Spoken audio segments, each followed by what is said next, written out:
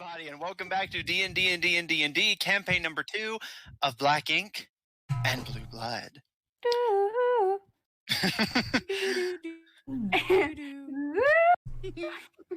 When we last left off, the party traveled through the city of Edict under the escort and protection of Officer Neon of the Peacekeepers, traveling through the high-tech underground elven city. Everyone's just making noises. I'm trying to do the intro. I'll be in my trailer. Since ADHD is contagious. No. Deciding to go visit the brokers to broke for information, the party discovered that the broker family is run by 3 elvish triplets who primarily hired other twins, triplets, and quadruplets, etc. To do their bidding. Managing to secure a meeting with the brothers themselves, the party has been sat down in a very large, comfortable, library-esque area, walls and hallways filled with presumably a massive amount of literature, data, and records. The eldest of the brothers and the middlest of the brothers sit across from you. The oldest, still with their wine glass in hand, dressed in a almost bathrobe that is the same kind of flamboyant purple of the middlest brother Red's jacket. And the last thing they left off on was the oldest and middlest brokers, Ledger and Red respectively, sitting across from all of you, sitting in your comfy velvet seats, or in Neon's case, standing in the corner, or in the case of the more suspicious among you, standing in general. All right, let's talk. We have a lot to talk about, I think. Indeed, Yes. I understand you've had quite a journey to get here. We mostly found it No. on accident, but it was very interesting. How did they know that?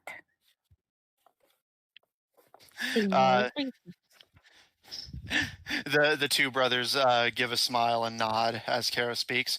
Our reputation precedes us. Yes, we've heard a lot about you. Well, a lot's saying a bit, but we've heard. Well, I mean, we've heard pretty much since we've got here. We heard a lot about you. There's nothing wrong with doing your research, as long as you're careful where you stick your nose. And he takes a sip look of his at you. wine and pulls from one of his bathrobe's pockets a almost like small tube, but as he clicks several buttons on the side, just kind of tapping them with his fingers. And Caro, you can see him kind of like using his thumb to click a small, like almost joystick on one side of it. It doesn't appear to serve any function, and given the complete lack of movement from the rest of his body, all of his motions very robotic and calculated, it almost gives off the vibe of like someone using like a stress toy to just keep their hand occupied while speaking. The rest of his body completely unmoving and calm outside of the occasional sip of wine and the movement of their lips. Their hand on this strange little device, the only other motion beyond that. Also, as he said that, Raccoon was about to peek into a jar. I think, I know for me, I have some information I think that you will find very good, but I don't know how to put this, because I don't know if you already know the information that I have, because like I said, you have a really good reputation. So I mean, in that case, how do we go forward from there? Well, Do I just confirmation tell of you and information would be good, wouldn't it? yeah, do I just tell you and then you tell me if you already knew that, and then then we try to figure out another way to figure out the deal, or how does this work? That also gives them the chance to learn information without having to pay anything for it and just say, "Oh, yeah, we Well, know I that mean, already." we're here for a reason, Raccoon. Yeah. And I mean, I don't mean The it oldest disrespect. brother holds up a hand, cutting the 2 of you off, and all three, there is dead silence in the room as all three stare at you, Raccoon. And finally, after a tense silence, Ledger speaks up. Young girl, are you implying that we would take something from you and give nothing in return? And you notice his finger on the joystick starts to twitch more rapidly. Not particularly. I'm just trying to make sure we are covering all of our own bases and being smart about it. We have been gypped before. For 3 generations, my family has been collecting information and distributing it to those who would give us something in return.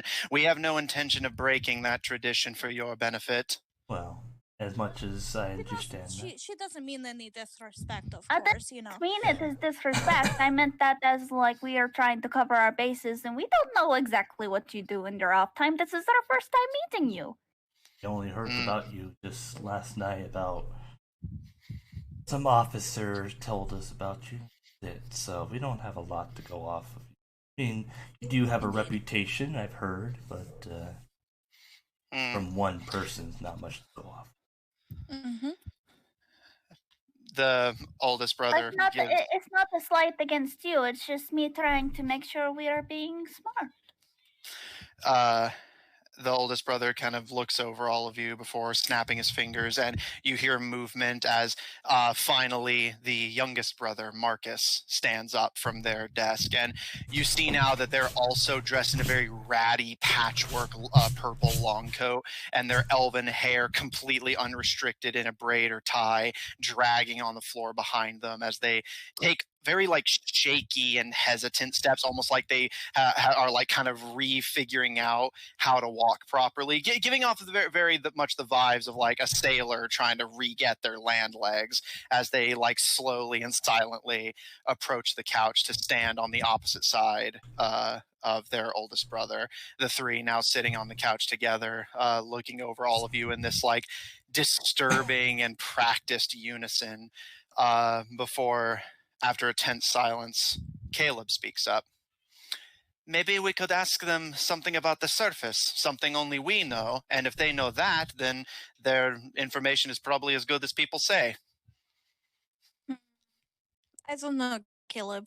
I mean, I think the safest thing to do is perhaps come up with some sort of pre-arrangement. Say, for example, I have some information about some things that I think that are important from the surface that you may or may not know.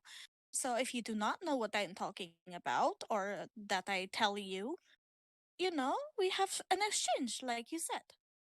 Or you can keep it vague, and if they don't know it, there you have a more. You can go in more detail for. Kind of shrug. The oldest brother raises their wine glass, about half empty at this point, and they kind of look over all of you, still completely unable to see their eyes from behind the dark shades of their glasses as they speak up. The motto of my family has always been, never give something for nothing. If any of you are capable of providing my brothers and I with information we do not already possess, then you may receive information in return. If not, then we will have to negotiate other means of payment. That sounds fair. Yes, I also think this is fair. He casually leans back. Marcus leans forward, putting their gnarled and pockmarked hands on their knees. You can see now, like now that you can see their face, their eyes, while Red's eyes are a lot more focused and attentive and sharp than most Edict elves, and you can't see Ledger's eyes at all from behind his glasses. Marcus's eyes are even more glazed and unresponsive than the vast majority of Edict-born elves. The eyes are unfocused and inattentive, and you can actually see they're drooling very slightly as they simply stare at all of you. Red, meanwhile, crosses his hands behind his head and leans back, crossing his legs casually, and gives a wide smile. All right, let's hear what you got then. Okay. I mean, do you want me to just tell you what I have, or what do you want me to do? That's what it sounds like. Ledger snaps a finger, and Marcus immediately stands up and much more quickly and practicedly immediately darts off into the shelves of the library. And you can hear a few bits of metal rustling against each other before they return with what appears to be a tube, transparent, made of a very thin, pliant material. For those of us in the real world, it reminds you a lot of those transparent tubes they would use to for you to send stuff up in that tube system to banks and such. As Marcus takes their seat again and quietly hands this device to Ledger, who takes it and gives it a twist, and you can see one from both ends and one appearing in the middle. Three more of those strange metallic slots that Red had stuck his wrist on to grant you access to the archives at all. And Ledger gives a nod. If it is information we do not already possess, we will add it to the archives promptly, and you may negotiate for what you want in return. Otherwise, this device will be returned, and we will have to negotiate payment in some other fashion. So, we'll start with you. And they all three look at you, Lucian. What do you know that you think we don't? And I don't mean to imply that you don't know, but, anyways. So, do you guys know about the Scar Concord? The three of them look to each other, and it's almost like this silent communication as they all kind of nod a few times, shake their heads, and eventually they all three look at you again. We do. We have been studying their movements for quite some time now. I happen to know everybody who is involved. You see Red licks his lips, and Marcus starts to kind of fidget in their seat, but Ledger simply leans forward and places their almost empty glass of wine on the table and places their free hand not occupied by their device to keep their other hand occupied, and they simply stare at you. List the names, and we'll see if any surprise us. I list the names in the order that Lucifer gave me, including Lucifer's name. There's a pause as a few times they kind of look to each other, and one will nod almost to confirm. And there's a pause as you finish listing the names before finally. Unfortunately, we were already aware of the presence of all of those people within the organization. Yeah, there is also the leader that goes by Our Lady, or they call her Our Lady. I have some suspicions, nothing firm yet of who this person is. But if that comes no surprise to you, that's fine too. They at this point you actually see Red give a bit of a smile. This is and he kind of licks his lips. One of those times where we actually know a bit more than you do. Probably happens. Yeah, I keep telling her that she doesn't know everything. I have a question. When we ask questions, can we ask multiple?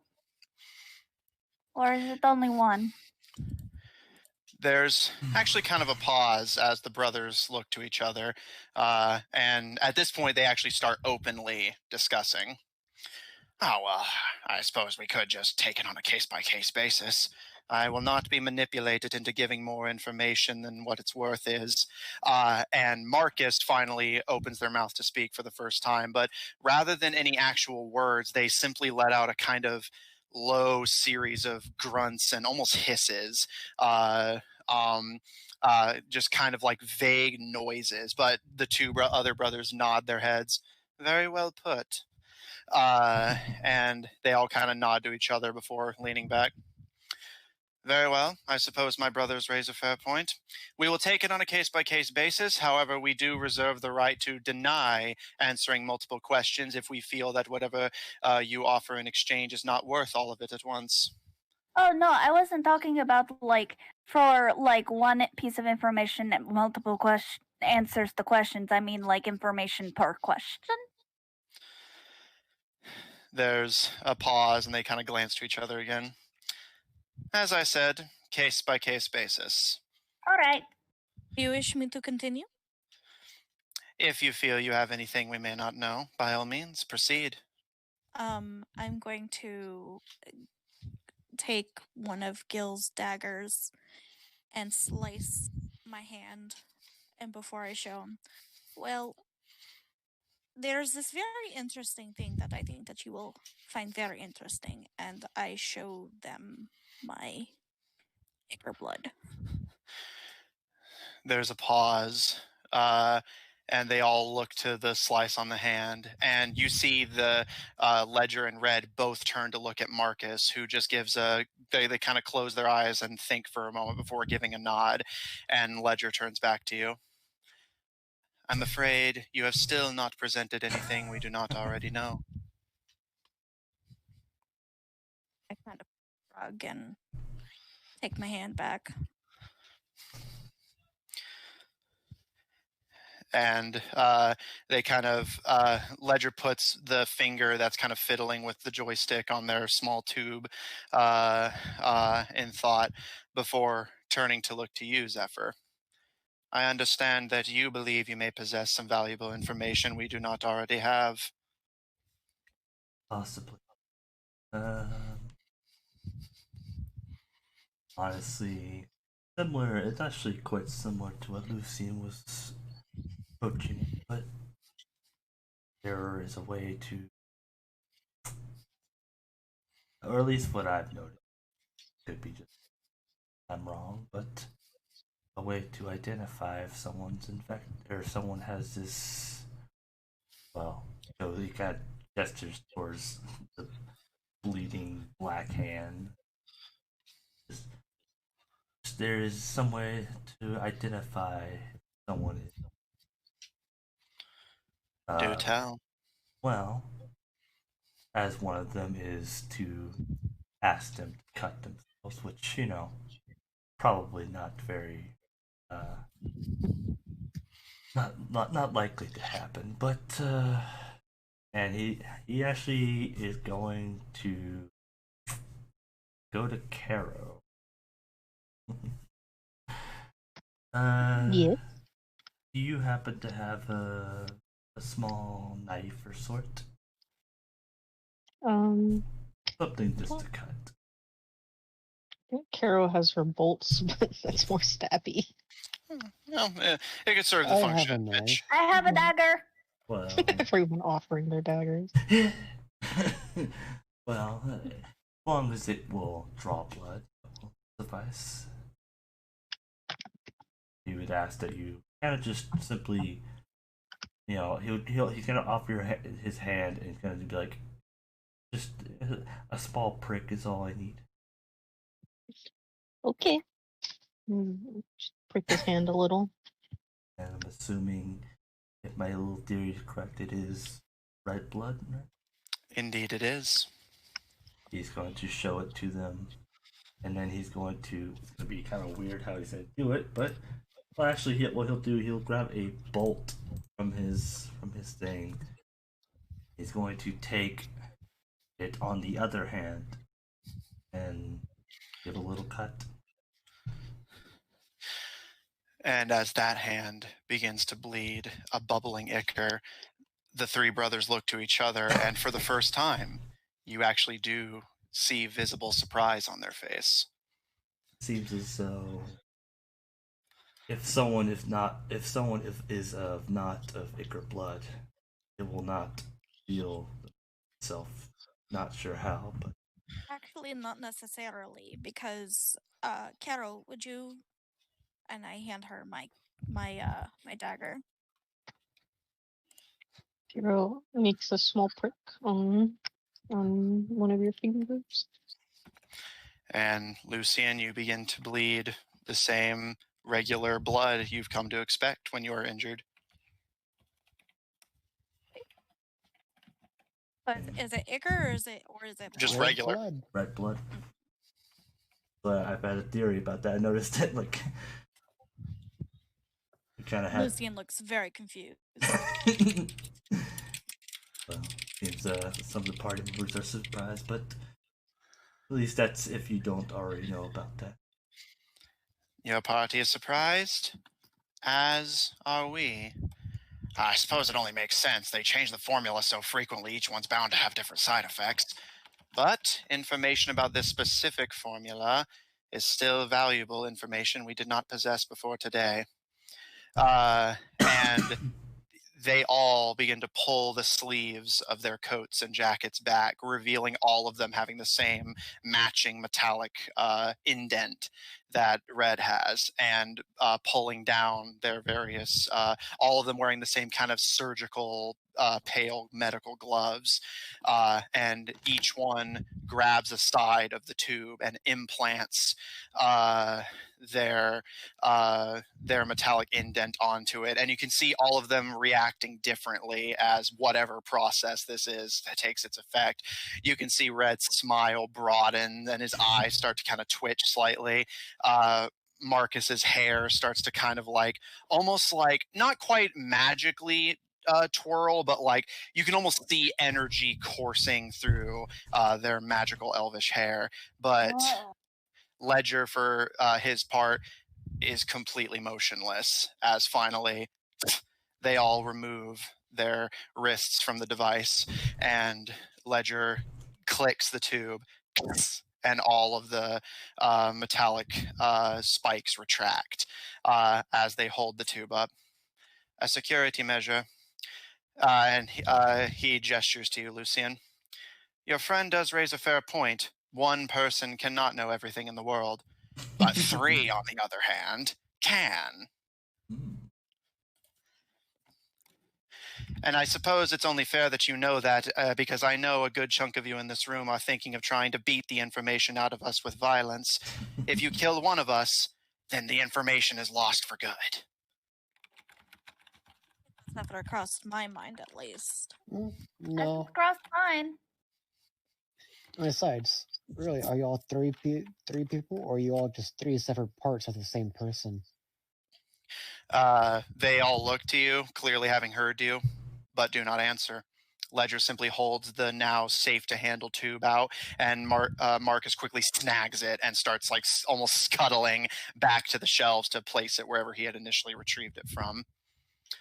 Your information is good, Zephyr Tebedra, and as such, you're in a position of trade. However, we do reserve the right to decide that the information you want is not worth the information you gave, but we will still owe you one if such an event were to occur.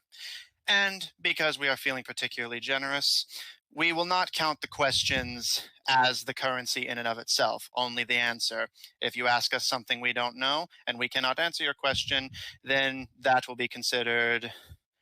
And he kind of pauses, almost like he doesn't know the word, but Red kind of leaning his head back, almost bored with the conversation. A freebie.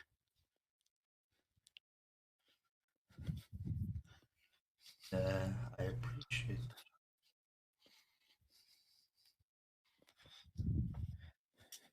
To be honest, that seemed like the biggest thing that I've thought of would be the most surprising. The rest that I've gathered would probably already be in your hands. Very well. What do you wish to know in exchange for this?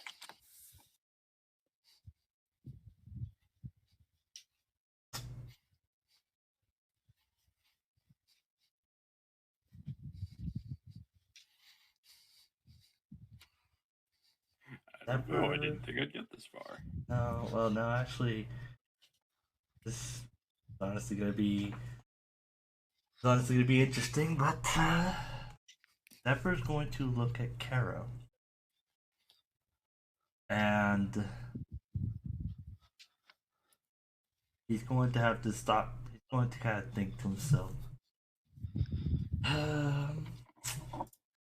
I actually would like to know if are you are aware of the location of, well, I believe,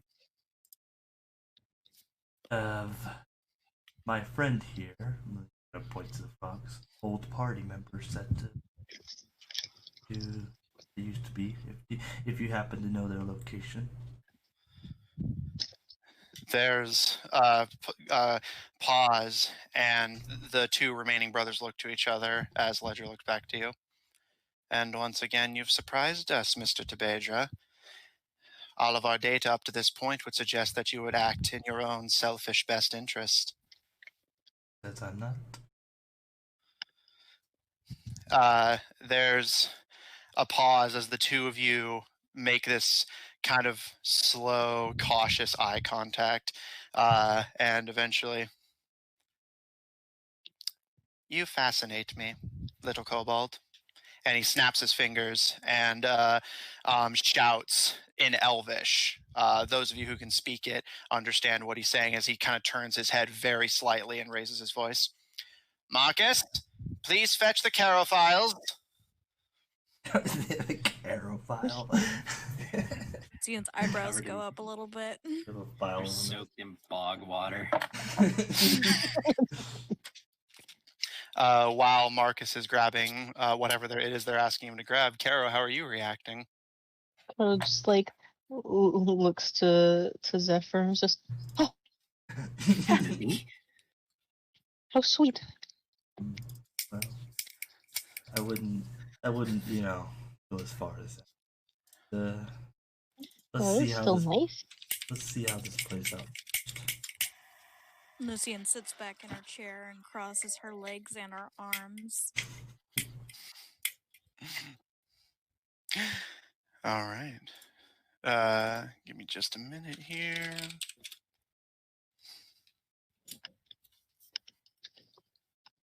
I have notes here. I just need to pull it up. All right. Eventually, the bedraggled youngest sibling returns with another small, vaguely plasticine tube. However, this one, those of you who can read Elvish see that there's actually writing on it, whereas the last one had been completely blank. And on this one, as Marcus kind of delicately handles it as he returns to sit on the couch with his siblings, you can see written on it in Elvish, Caro, Perusian, Adventurer, Ranger.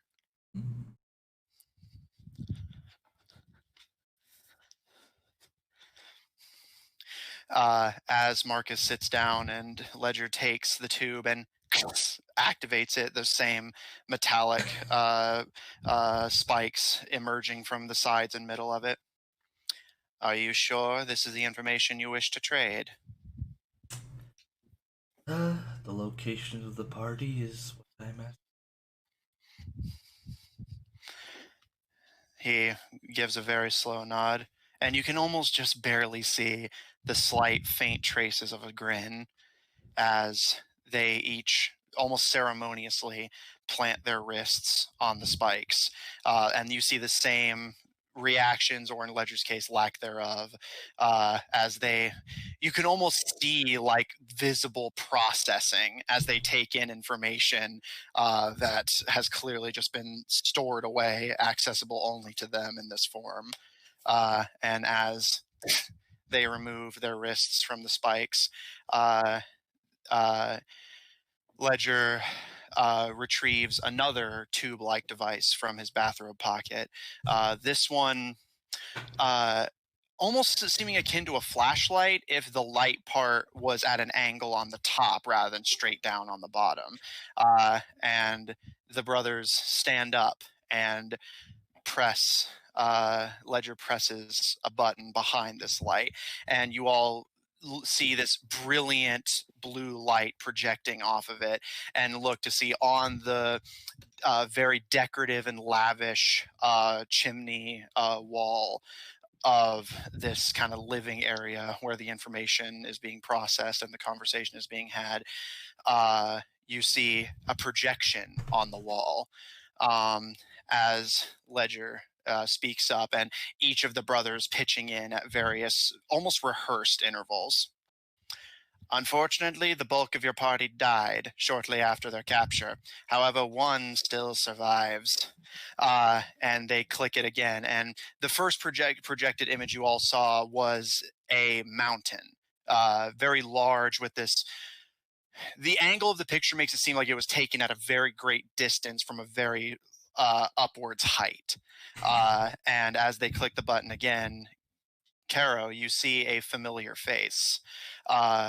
You see your party's old fighter, a tattooed face on tanned skin that is slowly becoming more pale, and a messy rustle of ginger hair, and wearing a very simple and thick-looking prison jumpsuit. As Ledger speaks up. They were taken to Myberstrom prison, the Aegis Federation's labor camp for prisoners of war. Whatever they did to them in there, most of them didn't survive, except for him. I see. I kind of look at Carol. I kind of had a feeling. I'm sorry. No, Carol's not stupid. Carol knows that they probably wouldn't have made it. Well, what I mean is that I had a feeling that most of them were dead and that they were at this camp. The siblings give a nod, and Ledger continues. As far as our latest update shows, he is still alive, albeit frequently coming in and out of solitary confinement for his refusal to stop starting fights with the other inmates. He gives a click of the projector again, and you see another image, this time of the same man. They're not as like beefily built as someone like Gil, but they definitely have the figure of someone who has very densely practiced muscles. Their build seeming almost akin to a monk's rather than a bodybuilder's, as they're just like giving a very solid right hook into another inmate's face. And Zephyr, I would like you to make me a perception check, and I'll give you advantage. All right. Like somebody you'd get along with, Gil. That's a good one to start with. Okay, not as good. Perception is 26. Zephyr, if I understand you as your DM correctly, you already know what you're looking for. And every time the image changes, you quickly scan every side of it, looking for it. And eventually, as the picture switches over to this image of Caro's old fighter friend locked in a fisticuffs with other inmates, in almost each of these images, while it appears to be in a dark underground area and thus can't snow outright, the way everyone's dressed definitely gets across a very dense cold. And almost imperceptible, but Zephyr, your keen and trained eyes lock onto it immediately. In the back, not seeming to be participating in the fight, but definitely observing it from a safe distance, you see another kobold.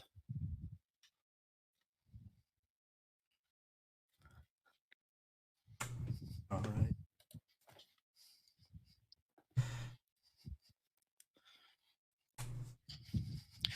right.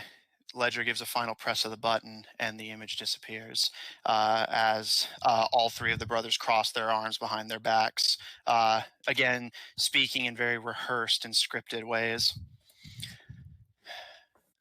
Like I said, as of our last update, he is still alive, but is definitely the sole survivor, at least as far as our information is able to tell us.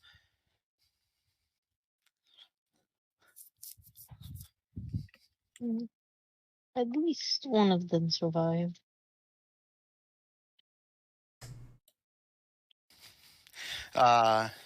Red kind of glances to you, Caro, and gives you a very quiet and understated nod as Ledger simply sits back down, completely ignoring the emotional ramifications of what they just said, and almost pulls his brothers down to sit on either side of him again. Do you consider this a fair trade, Zephyr Tebedra? Honestly, wasn't expecting as much as you gave me, so I'm very happy with the trade. I'm glad. We have been interested in studying Dr. Knight's formulas, and it is very difficult to safely acquire samples. You have done us a great service by providing what information you did. Mm-hmm. Yes, it was. So I've noticed stuff like that. He holds up the tube, and Marcus grabs it again and immediately starts scuttling back to replace it as the two remaining brothers lean back. However, I imagine that despite not having information to trade, there are still questions the rest of you would like answered as well. Am I wrong? Mm-hmm. No, but I Well, was you haven't curious. gotten to the rest of us. Well, I was gonna say, you said it was hard to acquire samples, yes? Indeed. Don't eat. How about information for a sample? The two brothers give a smile, and Red holds up a finger and wags it side to side. That's not how this works, boy. Well, by checking a sample, you would be gaining information that way. All batches of Dr. Knight's formula are relatively similar to each other, although the properties do tend to change by the generation. What information your friend has already given us is likely the most we're going to get, and in the time it would take us to study the sample would pale in comparison to the time we could get by simply getting the information ourselves through more direct methods. Fair enough. In other words, we're not going to make you wait while we study it under a microscope only to tell you no. Yeah. Yeah. I like these guys. Marcus returns and almost leapfrogs over the back of the couch to sit on the other side of Ledger as he picks his wine glass back up and drains the last of it before placing it back down.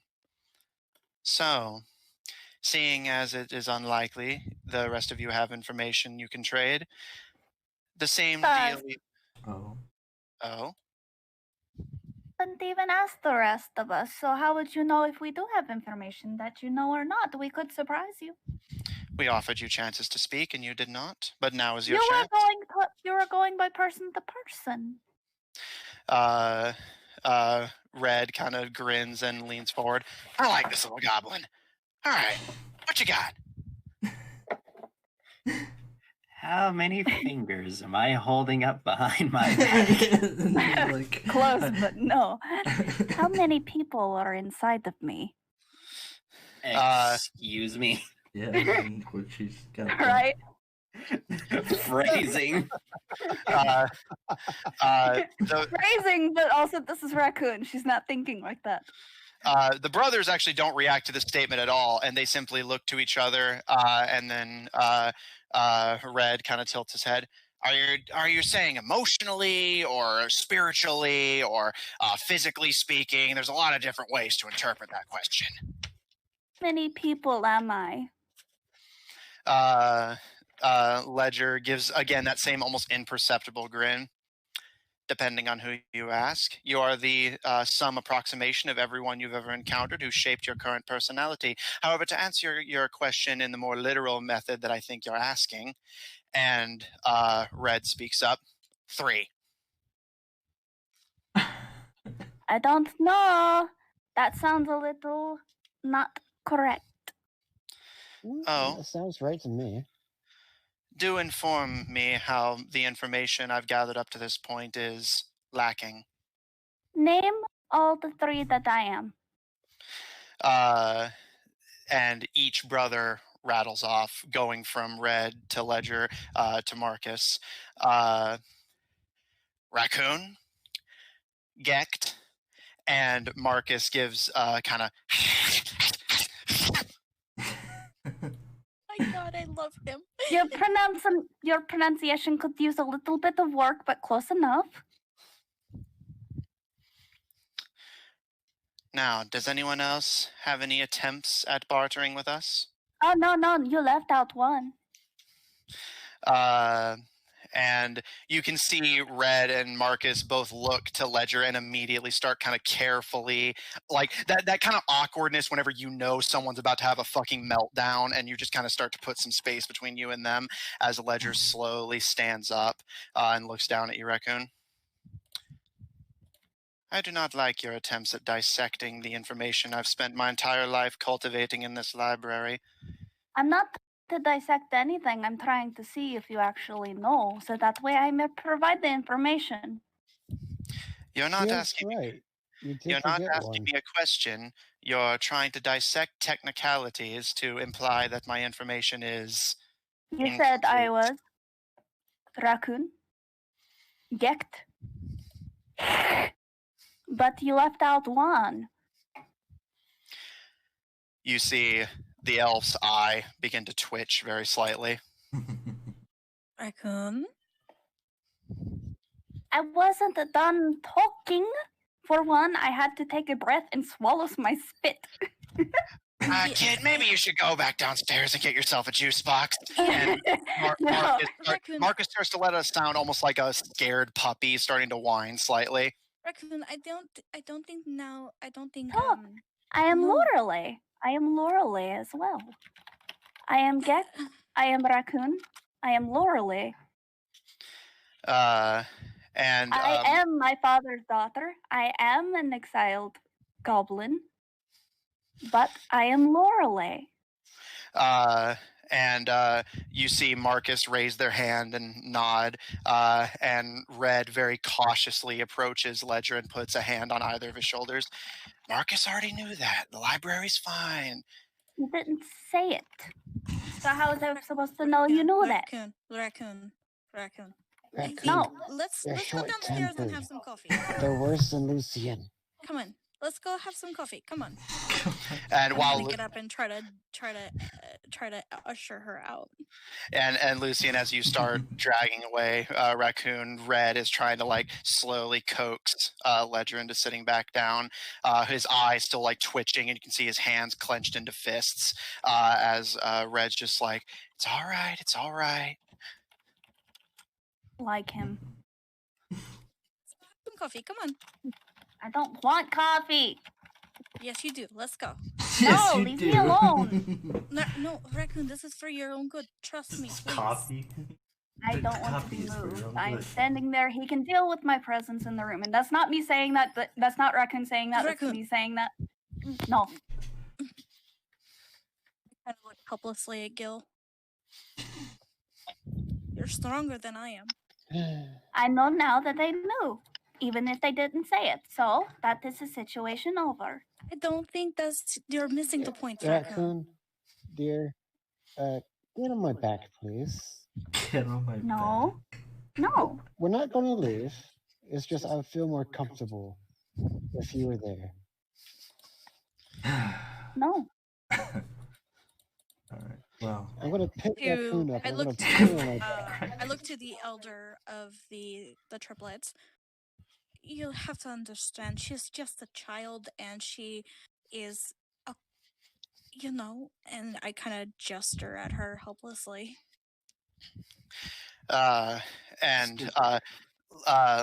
Ledger's face glints dangerously as Gil picks up Raccoon. I have been running this library since I was a child. Another child can learn to respect it. I completely stick my tongue out. I agree with you, but she has been going through a lot lately, so I do apologize for her actions. She didn't mean to disrespect you, of course. Yeah, I meant no disrespect. It's all right, big bro. Just take a breath, all right? Ledger slowly begins to take very deep, steadying breaths, and you can see they actually start to reach for the empty glass of wine, but Red kind of gently places his hand back down onto his knee as Marcus kind of cautiously approaches the couch, kind of almost trying to gauge whether it's safe for him to sit back down. Well, How about a change of topic? What kind of task would you require us to do for information? Uh, um, uh, Ledger takes a very deep, steadying breath and gives a nod. Right. And he holds out a hand, and Red this time reaches into one of his pockets and pulls out another one of those projection devices, and places it very delicately into his eldest brother's hand, who takes it and twirls it between his fingers before clicking it. And on the screen, you see a logo that is unfamiliar to the bulk of you. However, Neon, you recognize this as it is long since defunct, but it was at one point the logo of an up-and-coming energy production company.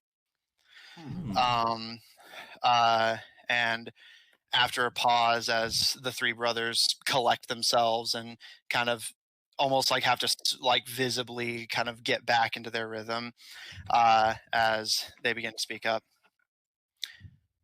14 years ago, 13 elves working for the Smithers Coal Company, miners by day, treasure hunters by night, went to explore deeper into the buried city further underground, searching for high-tech artifacts that weren't found by the elf settlers beforehand and didn't return. He gives another click, and you see what appears to be akin to, again, something we would recognize as a somewhat old, like having that kind of familiar tan coloration to it, photograph. As you see people that are unfamiliar to all of you, but all distinctly elvish. And they continue. It's been about a decade, give or take, since, and ever since then, there's been a chill coming from that tunnel. Ledger turns to look at you, Neon, for the first time. Officer Neon, you may be familiar with the somewhat harsh winters you get out in the sticks of Lower Edict, correct? Correct. Did it ever strike you as odd that this far underground we still have winter?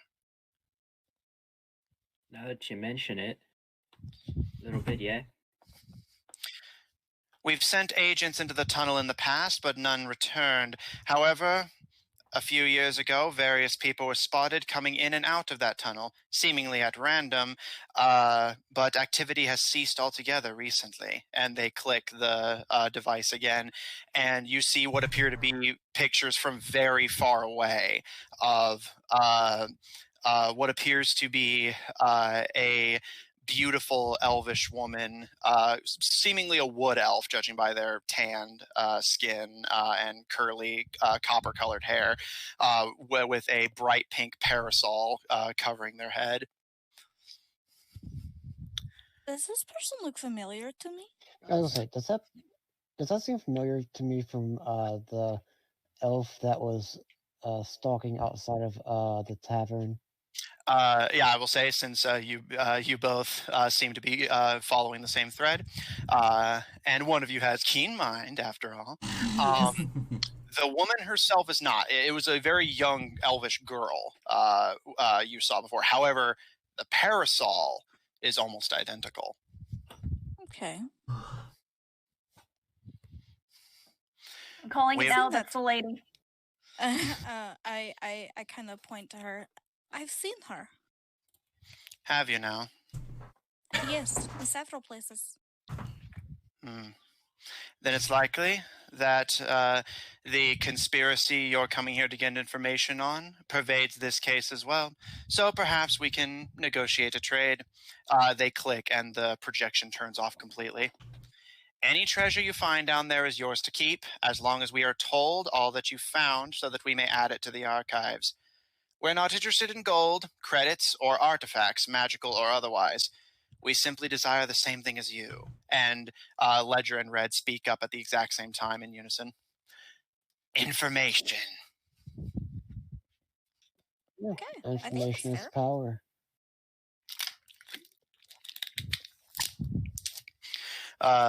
Ledger gives a small smile and says, do this for us, and you may all have, let's call it a, and Red speaks up, a free ticket to at least one or two questions, depending on how big they are. No, don't expect something cheap, like what's the meaning of life? I mean, it's probably somewhere in here, but, you know. I know the answer. I know the answer is 42. Yeah, I knew it. You see Marcus kind of tilt their head to the side and look to the other two brothers, but Red simply just shakes his head without even looking. Jokers, aren't they? Ledger doesn't respond at all, but Red gives a wide smile. Oh yeah, you guys are funny. How long? How long do we have to complete this task for you? You are not on a time limit, and as I said, anything you find is yours to keep, as long as you're willing to share what you saw. And we have our own methods of ensuring honesty. Ledger holds out a hand. May I borrow the cloths or armor from anyone who isn't Mr. Vary? Sure. I kind of give him my sash from my belt. The oldest brother takes it before holding it to Marcus, who immediately starts to kind of flatten it out over his leg and brings out what appears to be a sewing kit. And as he starts to stitch into your sash, Ledger and Red cross their arms and continue. We are going to attach some unobtrusive fiber optics into your clothes to ensure that you do not try to leave anything out. If you try to cover it or in some way prohibit us from seeing what you're seeing while you're down there, we will consider our deal void. And you can see both of the remaining triplets look directly at you, Gil, as they're saying this. Okay, Gil. It's not my fault I don't wear a shirt. No, that's not what they're talking about, and you know it. I'm not honest. Not honest. Double negative. You are the least honest person I have ever met. To a degree. You've met my brother. To a degree. Wow. First place. Got it. So just make sure you keep this little bit of it. And he pats Marcus, who you can see now is essentially adding a slightly discolored bit of stitching to the sash, which is presumably this fiber optic technology. As Ledger continues, leave it unrestricted, and we will be able to see what you see and hear what you hear. As long as the sash is intact when you return, and you make no attempt to lie or deceive us, then our deal will be complete, and you may ask whatever questions you like, until we decide that you have exceeded the value of the information we received, in which case we may ask you to do something else. Believe me, we have a long list of favors we could ask you to do, as long as you're willing to stay down here and perform them for us. That is fine. He gives a nod, and Red glances over all of you. Well, Officer Neon knows more or less where the tunnel is, and you can always ask us. This will be a freebie, obviously, where the tunnel to get down there is, but once you get in there, you're on your own. And dress warm. Like I said, gets a little chilly down there. Oh, I'm gonna get sleepy. I'm very good with this. Guess I'll need a shirt after all. Alright. Okay. That conducts our business. I will stand up if there's nothing else. My brother will escort you out. you so much for your time. Of course. Hopefully we'll be back soon. Red stands up and kind of pats you on the shoulder, kind of almost leaning on you. I hope so. You guys are real fun. Heavy. Totally. He's a little on the heavy side, yeah. It kind of like take down with the weight. And as you guys all begin to stand up, Marcus almost immediately stands and just like hobbles back over to the seat in front of all the monitors and sits back down and kind of dusts himself off before almost immediately becoming entranced by what he's looking at and like becoming essentially dead to the world for all intents and purposes. As I stand up, can I see the monitors? Can I like yes, look at them? Yes, you can see a massive amount of screens occupying just a chunk of this wall. Images and sounds flashing for like precious few seconds before cutting to something else. And Marcus isn't even necessarily looking at any one in particular. His eyes aren't moving between them. They're simply staring in the direction of the monitors and drooling slightly as they presumably take all of this in. Is there anything particular that stands out to me? Make a perception check with disadvantage because of how many there are and how brief each snippet is. Okay, let's see here. She can never resist. I'm nosy. Well, we got that. Okay, the first one was a 24. Ooh, 2 24s. Nice. Again, it's very difficult to get a grip on any one thing. Like your eyes will drift to one thing, but then be like caught by something like loud and colorful on another, and your eyes will flick over to that instead. As you look all of it over, nothing particularly jumps out to you. Although you do start to notice a kind of trend that a lot of the visuals you're seeing are definitely the surface world, and the camera, for lack of a better term, that the monitor's displaying through is very kind of shaky. And judging from the largely very calm and casual, like personal interactions you're seeing, very few of it being anything like action oriented or anything, you get the impression that whatever technology it is that they're going to be using to monitor your journey into the tunnels is the same technology they use to collect information, as Marcus is just staring at like 20 plus different monitors, getting only a few seconds of information from each camera, only to somehow be able to internalize all of it and actually like note it down to add to the archive.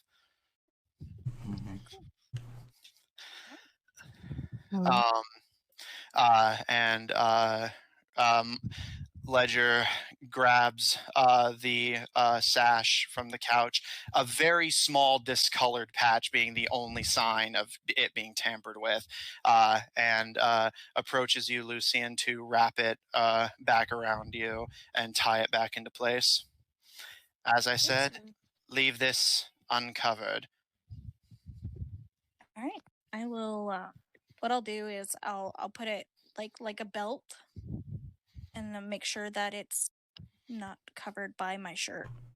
Kind of maybe like tuck in my shirt a little bit. He gives a nod and looks back towards the youngest sibling. Marcus?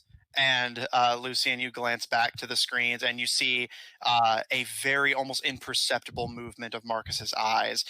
And for a very brief few seconds, you can see through the camera on your sash, Ledger standing in front of you, and he watches the monitors and sees the same display for, again, just almost a split second, and gives a nod. Everything appears to be in working order. You may go. Before we leave, Carol kind of wants to look to Ledger and just like, is it okay if we ask your opinions on things?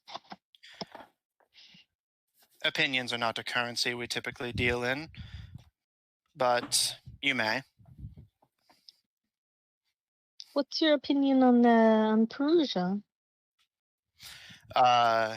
he kind of gives you can almost see a very slight flicker of his middle brother's little quirks and ticks as he gives a lick of the lips and kind of looks you over. And there's like a brief pause before he gives a slight shrug and says,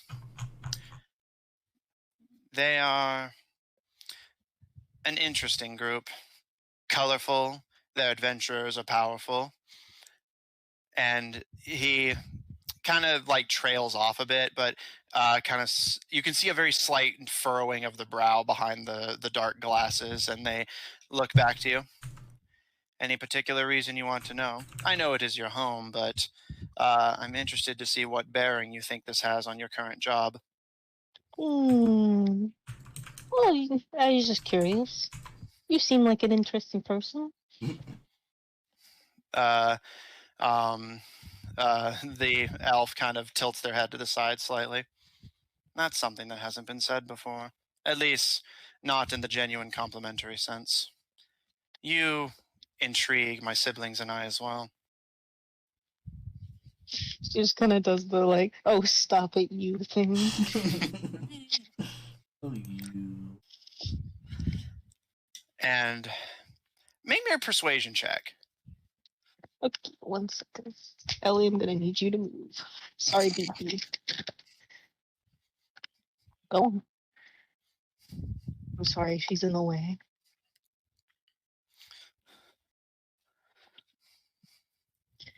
My dice. Sorry, we don't roll much, so I don't always have my dice at the ready. Yeah, it's a lot of role play for long stints of time. It's understandable. Okay. You guys knew that going in. You knew what you signed up for. Yep.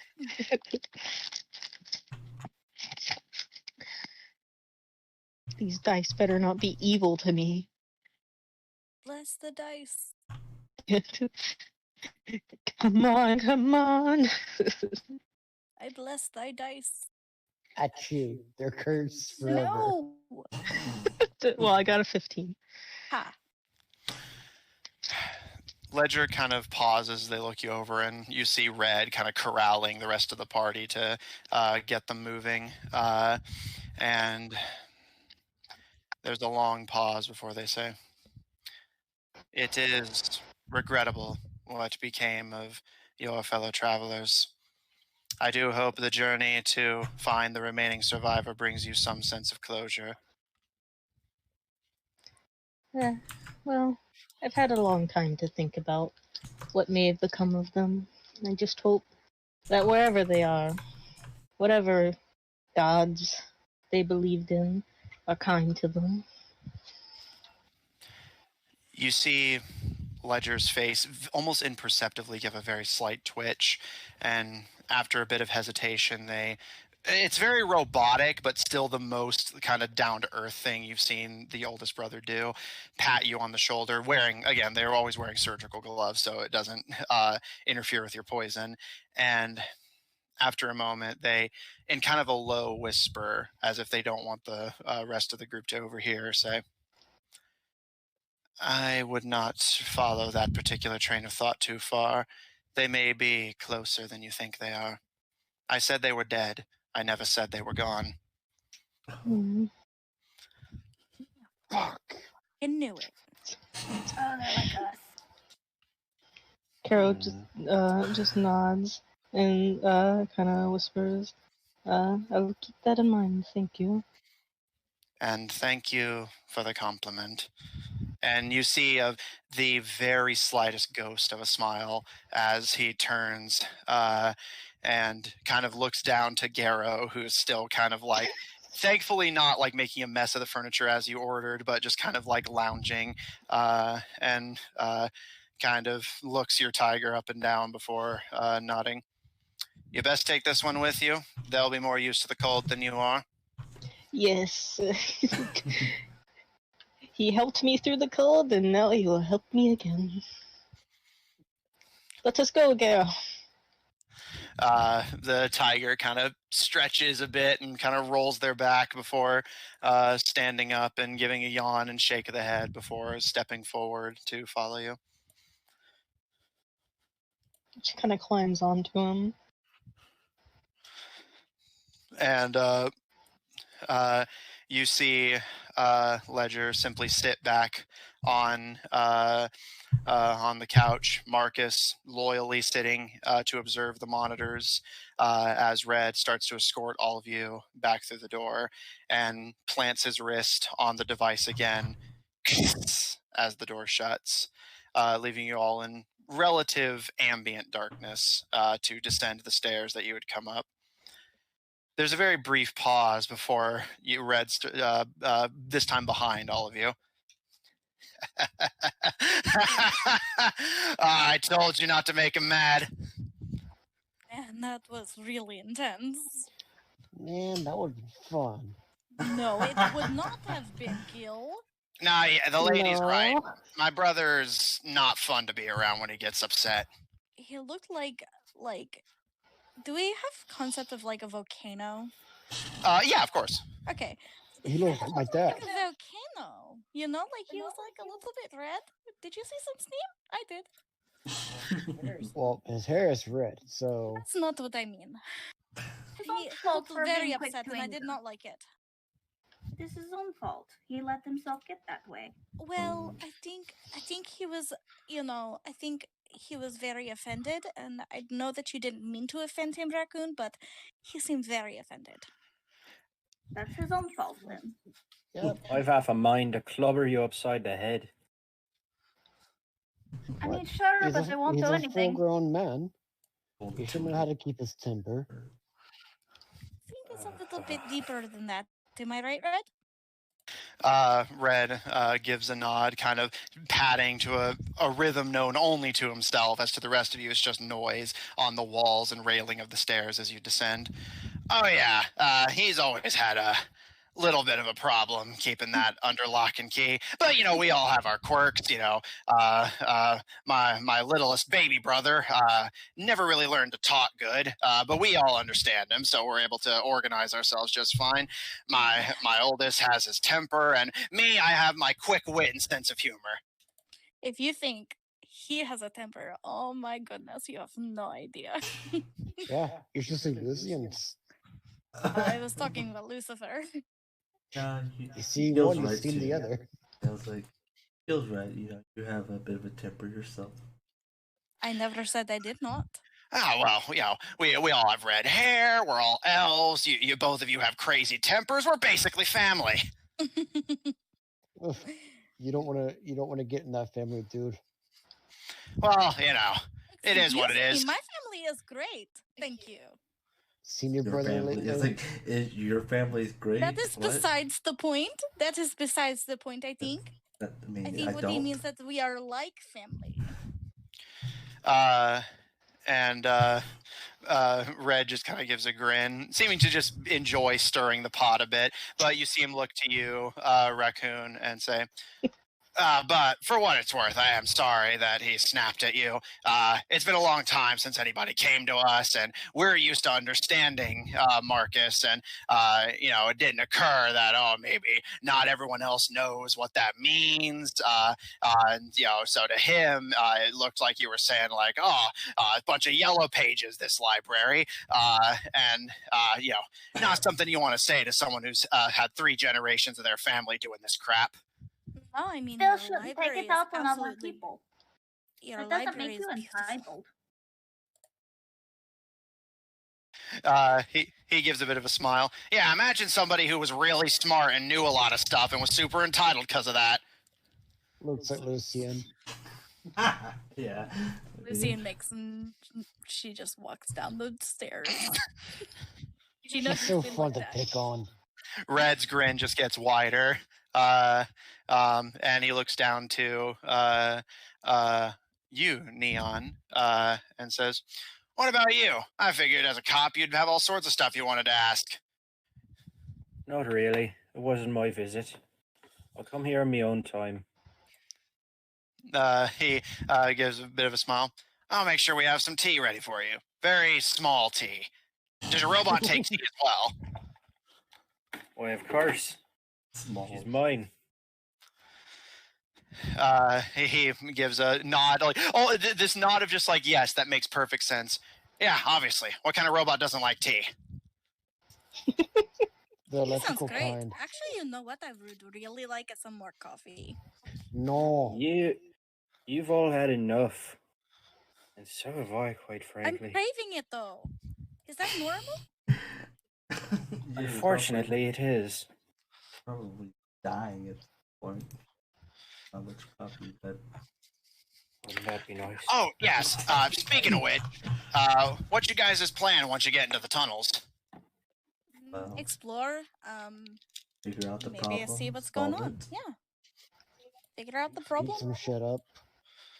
If there's something that needs to die, we'll kill it, and we'll make sure to put on a good show for you. And she laughs. He gives a smile. Oh, yeah, we love watching you guys fight stuff. My Oh. smile fades. How many times? Well, He probably gives a bit of a smile and kind of his head almost like bounces side to side. We've seen a few. We can't be everywhere at once, although my brother certainly likes to think that way. But we've gotten a few glimpses here and there. I love to be putting on a good show. Gotta keep my fans waiting. He gives a bit of a smile. I'll be sure to start making T-shirts. Yeah. Sure, it says I'm with stupid. Oh yeah, obviously. What else would we put on it? Did you ever see me and my old party fight? You see the smile like drop very slightly, and he kind of looks around a little bit before shaking his head. We mostly focus on more local politics. Not really our problem what people across the pond get up to.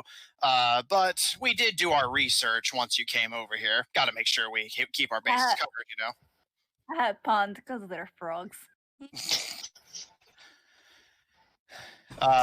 And he hops up on the railing and starts to kind of slide down the banister to get ahead of all of you before hopping off and kind of like almost dancing his way down the stairs.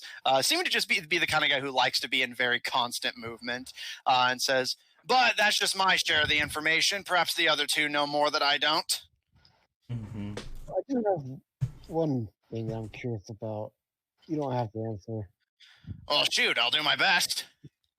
How old are you? He gives a broad smile.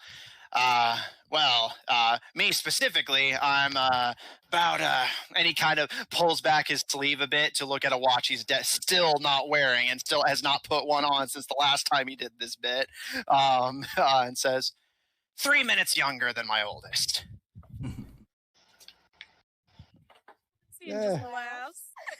Great humor. I am the oldest by 3 minutes.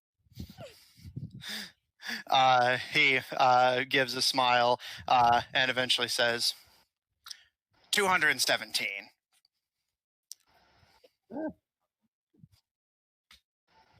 Not bad, not bad. Older than me. And still younger than me. He gives a bit of a smile. But our family's been doing this for about 3 generations now, so we're just the latest in a long line of spies and information brokers. That's why they call us brokers, see? Mm-hmm. You see? Because you're always broke. No, I think it's something else. I know.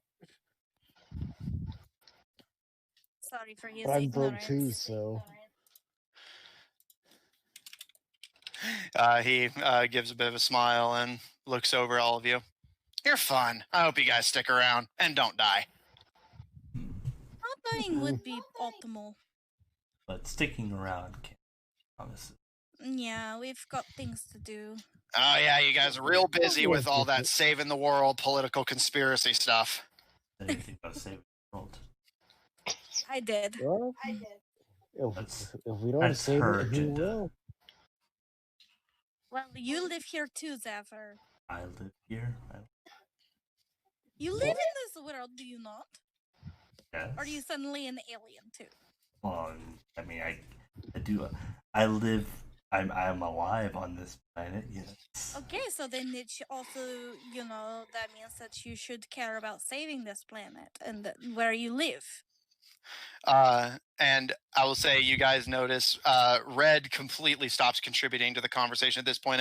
As soon as Lucian says, "Are you an alien?" he just bursts out into loud, uproarious cackles that do not stop until you guys get to the bottom of the stairs.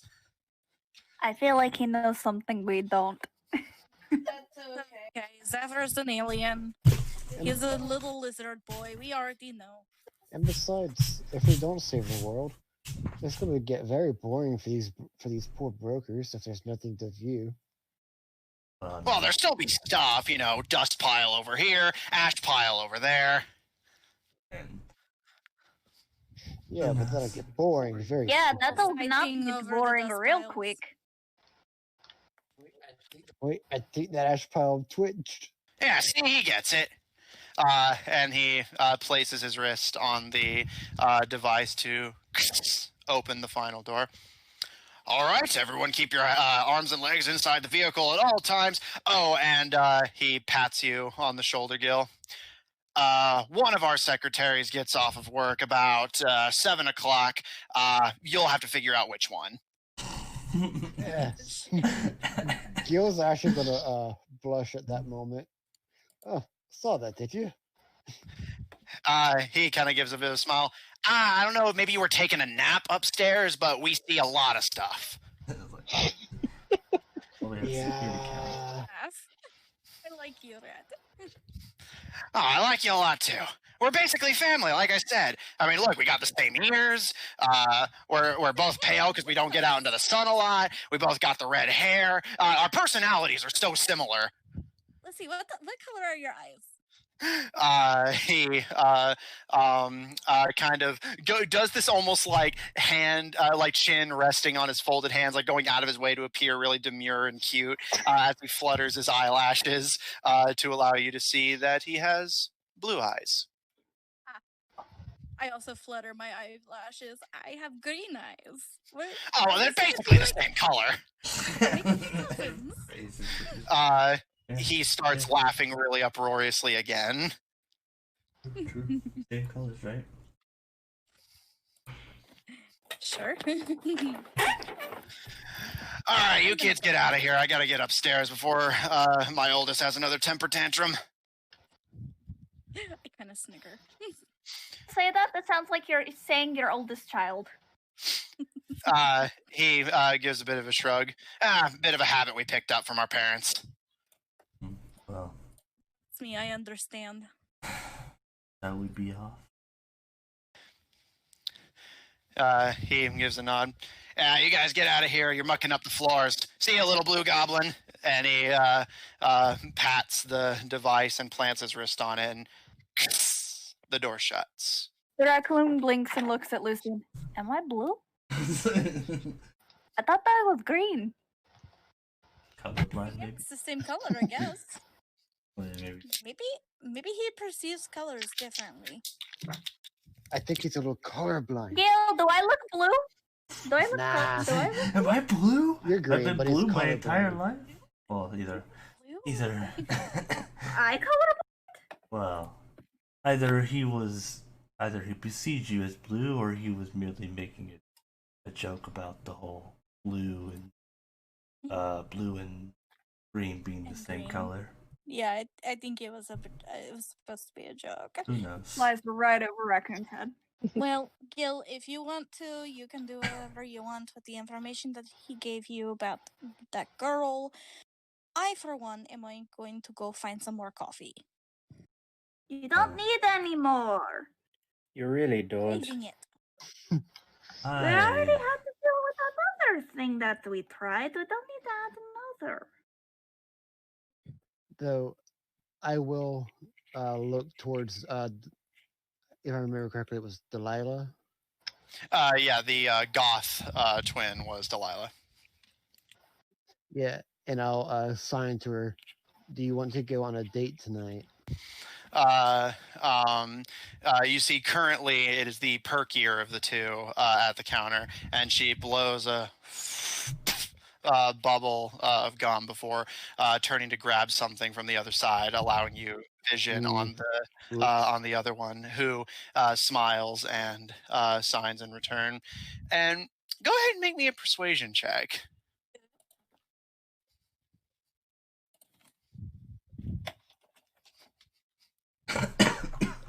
Raccoon wants to add to disadvantage. You want to anti-help? Wants to be annoying. No, Raccoon is on his shoulder at the moment, so she's gonna make like faces. You want anti-help? Yeah, anti-help. 17. Just makes like fart noises every time he speaks. Okay, I'll tell you what. You'll roll me a d6 if you don't mind. Ooh. Wow. Sorry, not sorry, Gil. Use it. 6. So Raccoon, how exactly are you going about disrupting him? Or is it just faces, or are you actually going to do like the fart noises and stuff? Do the whole shabako. Sorry, let me get past my giggle fit because I'm just imagining this.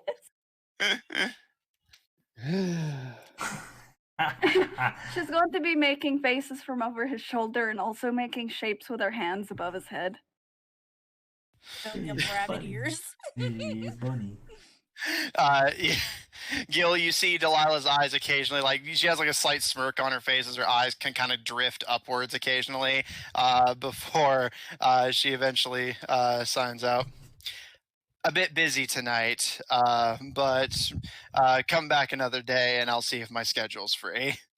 Mm. I did nothing. Fair enough. Have a good night. She gives a smile and a nod. You as well. And disappears as her twin sister takes the counter again. So, do you guys want to go back to the VIP room and talk about when we're gonna go? I was just gonna say we go now. Yeah, let's go. Caleb speaks up. Well, before we go down into the dungeon, I'm hoping to head back to the Peacekeeper headquarters and see if they can get if they have my gun fixed by now. It's fair. I think And that we would also be need okay. warmer clothes. I have warmer clothes in my backpack for myself. I just have to remember to put the belt on.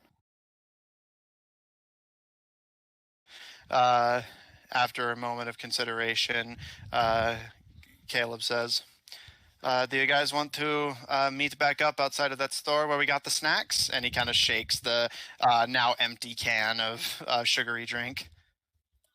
Sure. Now let's have coffee. Wherever that is. Not sure where that let's was, but you know, whatever. Sure. Yeah, let's go there, and then we can go back to the headquarters and see if your gun is fixed. And then, do you think that we should take a nap before we go? What would be some? Haven't done much. Well, in today. case we get tired. I mean, what time would I think it is by now? Yeah, it is starting to get a little wonky, having been underground for quite a while, but it is getting fairly late into the afternoon by now. With you guys shopping, and while you did wake up early, it was a lot of wandering the city, shopping, and then the meeting itself, which took some time. So it's not like it's not outright nighttime yet, but you figure if like in the time it's going to take you to get warmer clothes, get any supplies you want to get, and then get there, it probably will be nighttime by the time you arrive. Okay, so I'll point that out. I'll say, maybe it would be more effective if we tried to go to bed early and maybe get up early and get this done as soon as possible. That sounds fair, although didn't the officers say that they wouldn't let us have that room every night? We're probably going to have to find a place in the city to stay for a while. That's fine. I True. mean, I have all my stuff. Do you guys have all your stuff? Yes. Very nice. I just need to get my gun. Yeah. Do you all want to go together to get his gun, or do you want to how do you want to Yeah, do let's this? stick together. We don't want to get lost. Yeah. Okay. So we'll go get Caleb's gun. And we only if have it's one fixed guide. by now. I want to go over to. I wrote down the name of that place. And are you I go going back to be down. joining us, Dion, for our guest, our stuff that we have? Well, I've been given orders, so I guess so. Yeah, I can't find my notes. What that was? That place where we went to get stuff, and I told him my name. I didn't write it down for some reason. The place where like the guns and stuff were. Passed over. Passed over, right? Okay. I was proud of that. Thank you. Weirdly pathetic. It's funny you said the exact same thing last time. Did I? Yeah. Ah, shit! I really am becoming an NPC. You're doing the role too well. Too well. Too well. Yeah, dude. Lucian will kind of scratch the back of her head. Well, I want to go check on the guy at Pastover before we go to the headquarters to get your gun, if that's okay. I just want to check and see if he sent my message to that mother person. I guess that's all right. I And don't while see we're going over there. walking, I was just gonna say I was gonna ask Raccoon if she wanted to braid my hair for me. No. While we're walking. Yeah. All right. No. And Zephyr, what were you saying? That is reserved for people that don't pick me up when I am not happy. Yeah, I'm feeling. Okay. But Could I possibly try to steal my coffee back? No. Yes. Nope. You don't know what's happening. Do I? And- I'm on top of Gil. That means I'm and- currently Are you taller on than top- you are right you- now. And we've already established that we're not going to keep doing this Oh, every no, like. don't worry. If it gets, I would say, again, The running Zephyr folks has are a the plan. best. Zephyr has a plan. What's wrong? All right. Well, okay. Just So wanna try it once. all right. Well, I'll say you will have disadvantage because of the the height difference. See? Okay, so the first roll is a 21. And the other one's a 22, so 21. Okay. It Can I roll for perception?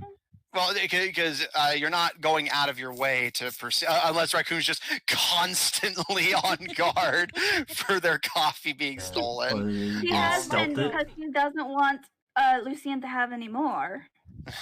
You stealthing it, you know? I guess make me a perception check. Thank you. Let me do a roll. real This is quick. what happens, Matt, when you introduce coffee to the campaign. Yeah, any kind of drugs. I don't think Well, he we expected this to happen. I was like, we had Get fucked, drugs. pendejo. It's a 24. We had actual, like, a drug, alcohol, and much, Mhm. but coffee comes in. Yeah. Well, it didn't do much as far as you know. And Lucian, you kind of hop up to snag the coffee, but almost instinctually, Raccoon just slaps your hand out of the way. More imagining it like more. Sorry, giggle fit about the imagery again. So she's sitting on Gil. She sees Lucian come up, and she just kind of climbs higher onto Gil and sits on his head. All right. So that way she can't reach her. All right. Seems Fair, to me fair that enough. fun. What'd You know you what? say? Why do you do these things to me? I stick my tongue out. You know what? I still have, and I bring out my flask that has the Star Blast in it, and I quickly take a sip. Okay. Going downhill. It's going on She's coming at it. down the hatch. Okay. Noted. Alrighty then. Do I need to make a save? No, you're already addicted. You can't necessarily get more addicted to it. But you've gotten not necessarily used to it, but like you've been exposed to enough times to where it doesn't throw you off as much this time. So it's more just like, like just kind of relaxing as you're. The edge is off. Yeah. All right. All right. Gil, she took that destructive stuff again. He gave it to me. I've given up on her. He gave it to me. Okay, so I'm going to go ahead and once we get to the passed over, I will go inside. Okay. Easy enough to do. You enter and see the same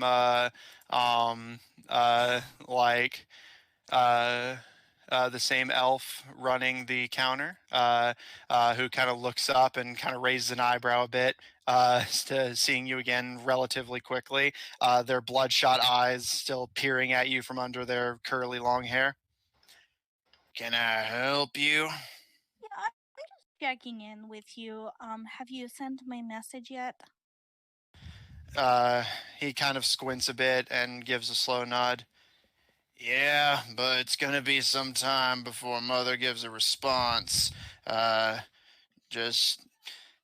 He kind of like pinches the bridge of his nose a bit and says, if you're feeling really impatient, come by tomorrow. Although she's not gonna meet you personally, she'll send someone to pick you up if you want to meet her that quick. We've got some things to do for the brokers, so I'll come after that. He kind of raises an eyebrow a bit and says, dealing with the brokers, huh? I kind of shrug. He kind of gives a slow nod. All right. And he kind of scratches the back of his head and says, I guess, come see me whenever you're ready and we'll figure it out. Would it be better if I sent you a message before I came here? A little bit. She gets a little cranky when things aren't on schedule. Okay, that seems fair. I will give you a message when we're done and before we leave. I'd like to see her before we leave, that's for sure. All right. Thank you. And I go out. I wonder if he's just like, why me? Okay. Does anyone have any further business in town? Or because warm clothes. Same. Okay. Easy enough to do. So again, we'll do the same thing we did before, and just is there anyone who specifically doesn't want to pick up warmer clothes for the journey ahead? I have some in my bag. Yes. Okay. So Zephyr, you'll sit this one out. For those of you who are going to pick up warm clothes, while the clothes of Edict are not necessarily made for shifting temperature, as underground areas tend to have a very consistent and neutral temperature outside of surprising factors. And as Neon, as you well know, that can kind of work against people living out in the slums of the city, closer to that tunnel, where unnatural cold can get kind of biting, especially at night. There are some secondhand bits of winter apparel available in the clothing stores. So for each of you, for a complete ensemble, jacket, thicker pants, boots, all that jazz, it'll be 1 credit apiece. All right. That's 1 gold, right? Yeah, basically. Okay. I'll change when we get back to headquarters. I'll just change in the bathroom or whatever. Okay. We'll leave tomorrow, so it's not gonna be. I just get the giant coat and some boots. Oh, true. And a hat. I'll wait. Well, I'll wait actually, I already until- have a hat. Yeah. That's true. I'll wait until we're in a hotel or something. Okay. All right. That being said, anyone have any further business before Caleb retrieves his firearm, hopefully, and you guys start figuring out your lodging situation? I did have one thing I wanted to do. All right. Oh no. Just for the sake of time, when Lucian went into the Passover, whatever, passed over. Mm. I wanted to go in as well. And I wanted to see about Okay. selling some of my firearms. Okay. So you approach as Lucian concludes their quote-unquote transaction, and the man simply kind of looks you up and down. Can I help you? Yeah, I want to sell some guns. They're a little old, but they work just fine. Let's see what you got. I'll set 5 pistols on the counter.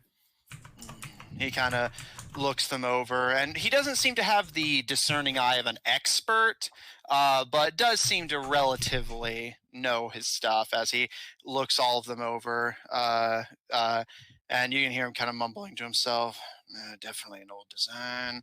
Best probably going to be recycled. Definitely secondhand. And he kind of thinks to himself a little bit, kind of running the numbers. And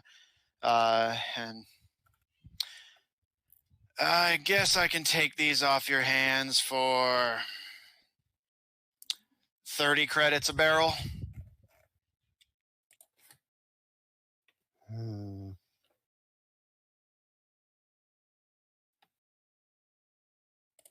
I'm trying to think if that sounds like he's ripping me off. Make an insight check. I'm assuming, assuming it's sort of a yes and no. Yeah, well, yeah, I'm having him roll insight to see, because while you wouldn't know offhand the market, especially down here, what the market price is, you can try to gauge by his like facial expressions if he's like trying to weasel a deal out of you or not. 21.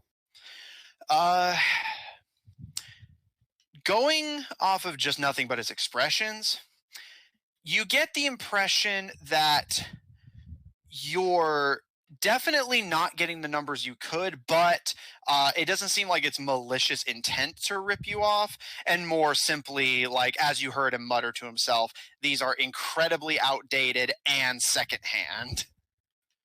And in this case, triple hand if you do sell them to him. So you're basically selling him an outdated model of gun that's not used down here. That is a triple hand-me-down. So he seems to genuinely think the price is fair for what it's worth, but so basically, yeah, you're not getting as much as the guns are technically worth, but he doesn't seem to be doing it intentionally, and more just the circumstances of the deal itself. I'll have to think on that offer. You can see his brow kind of crease a little bit as he says, I get the impression you and your friends are, what's the word the surface dwellers use? Copper pincers? Not exactly. Just... I can get more up above. Oh, because this is valuable to someone up above. Exactly. I just figure with the whole ammo shortage that y'all are having. Well, it's not an ammo shortage, it's just a general fuel shortage. We just use it for so much that it's eaten into our stockpile a bit.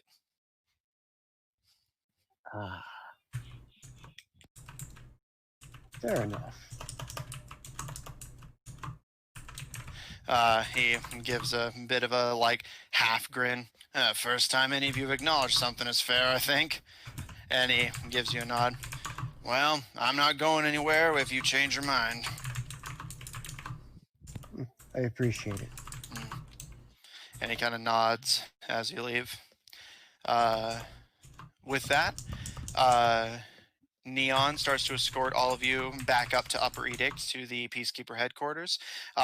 It's not a particularly engaging bit, so I'll just say it doesn't take a whole lot. The commissioner happily returns a now repaired musket to Caleb.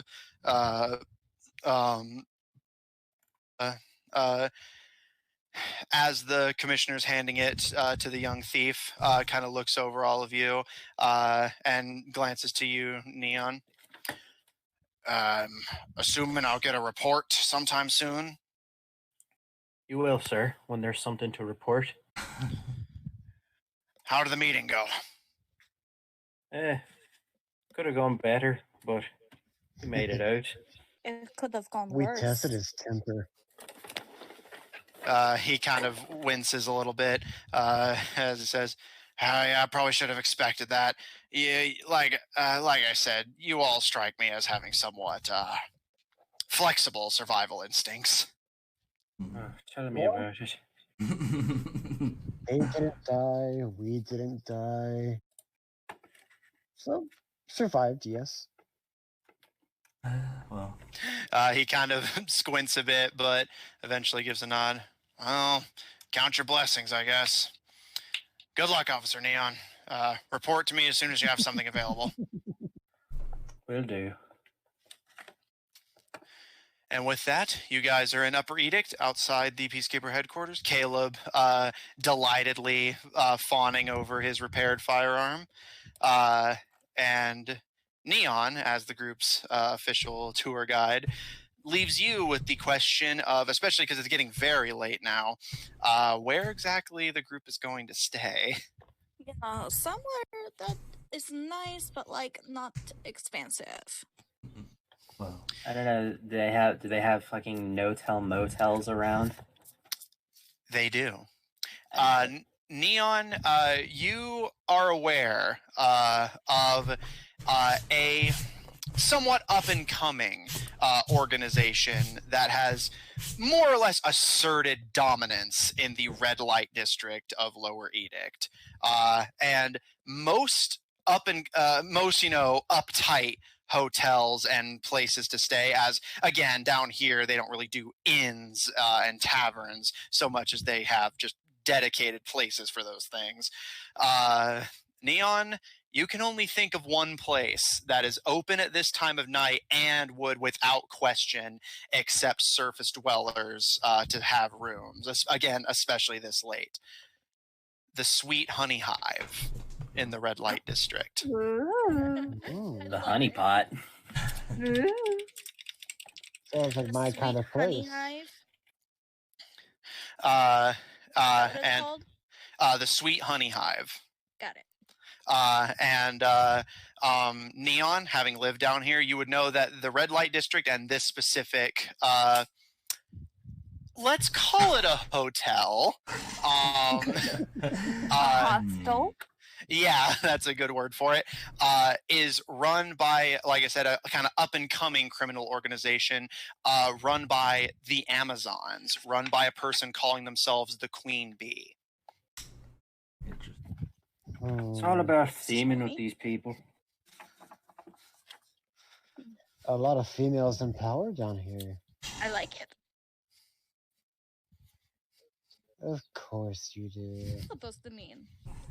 Never mind. Nothing.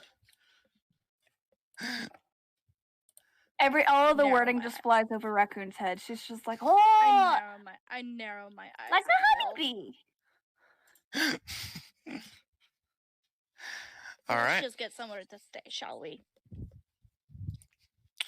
All right. Let's go get a room. That's what I just said. I know, but I have Yeah. other things on my mind. Of course you do.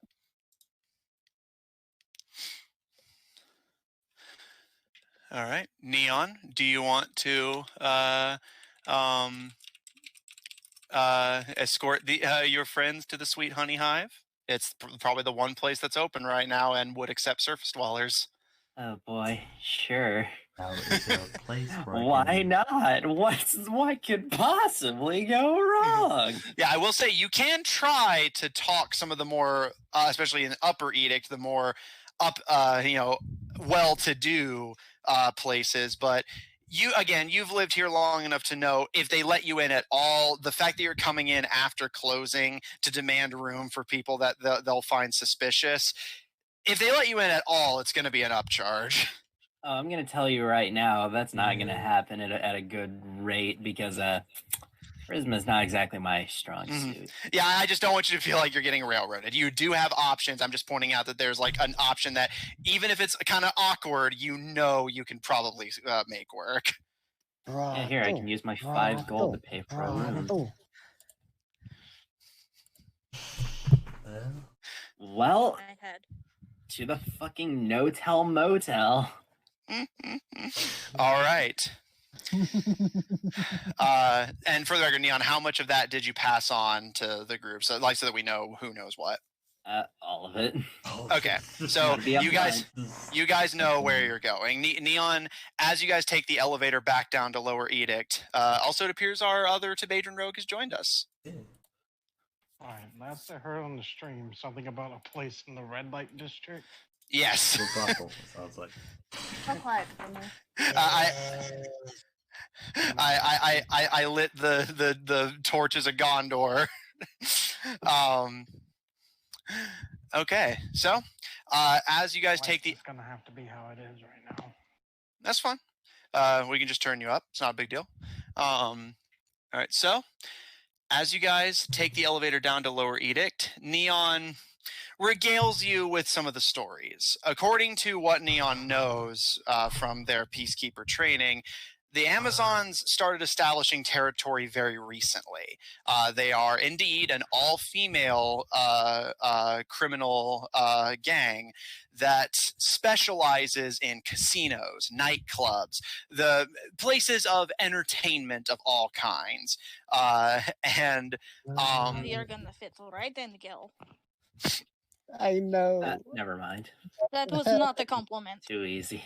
It was not a compliment. Oh, hey. Help me.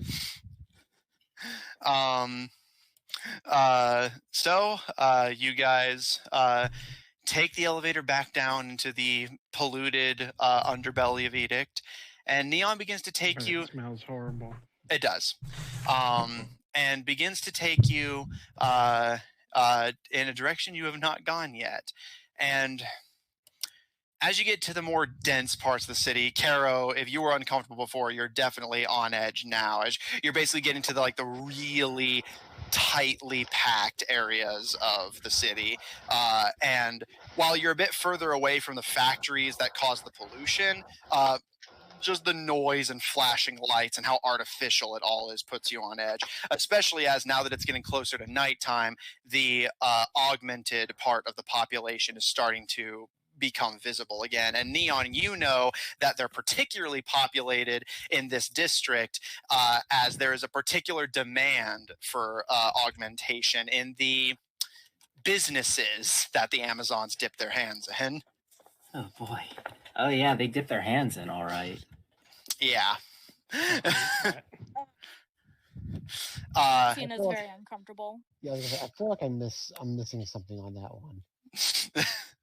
I'll explain it to you later. Yeah, I'll tell you when you're older.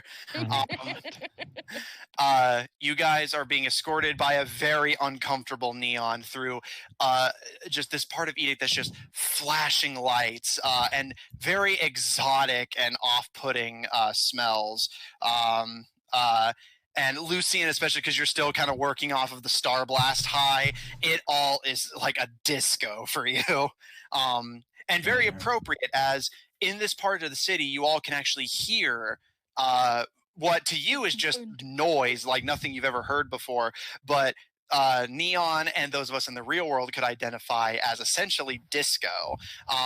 And you can see large screens occupying like parts of buildings, displaying what appear to be elvish dancers. And let's call it let's call it generous wear, dancing and singing to the music. Overall, is it like the da da da da da da da da? Yeah, it kind of has that feel to it. Yeah. Gil is in heaven. Yeah. You didn't and female. and it might be a mix.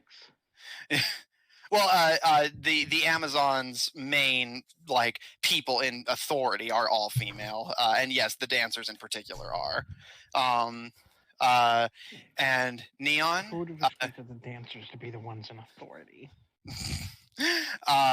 And Neon, you take them.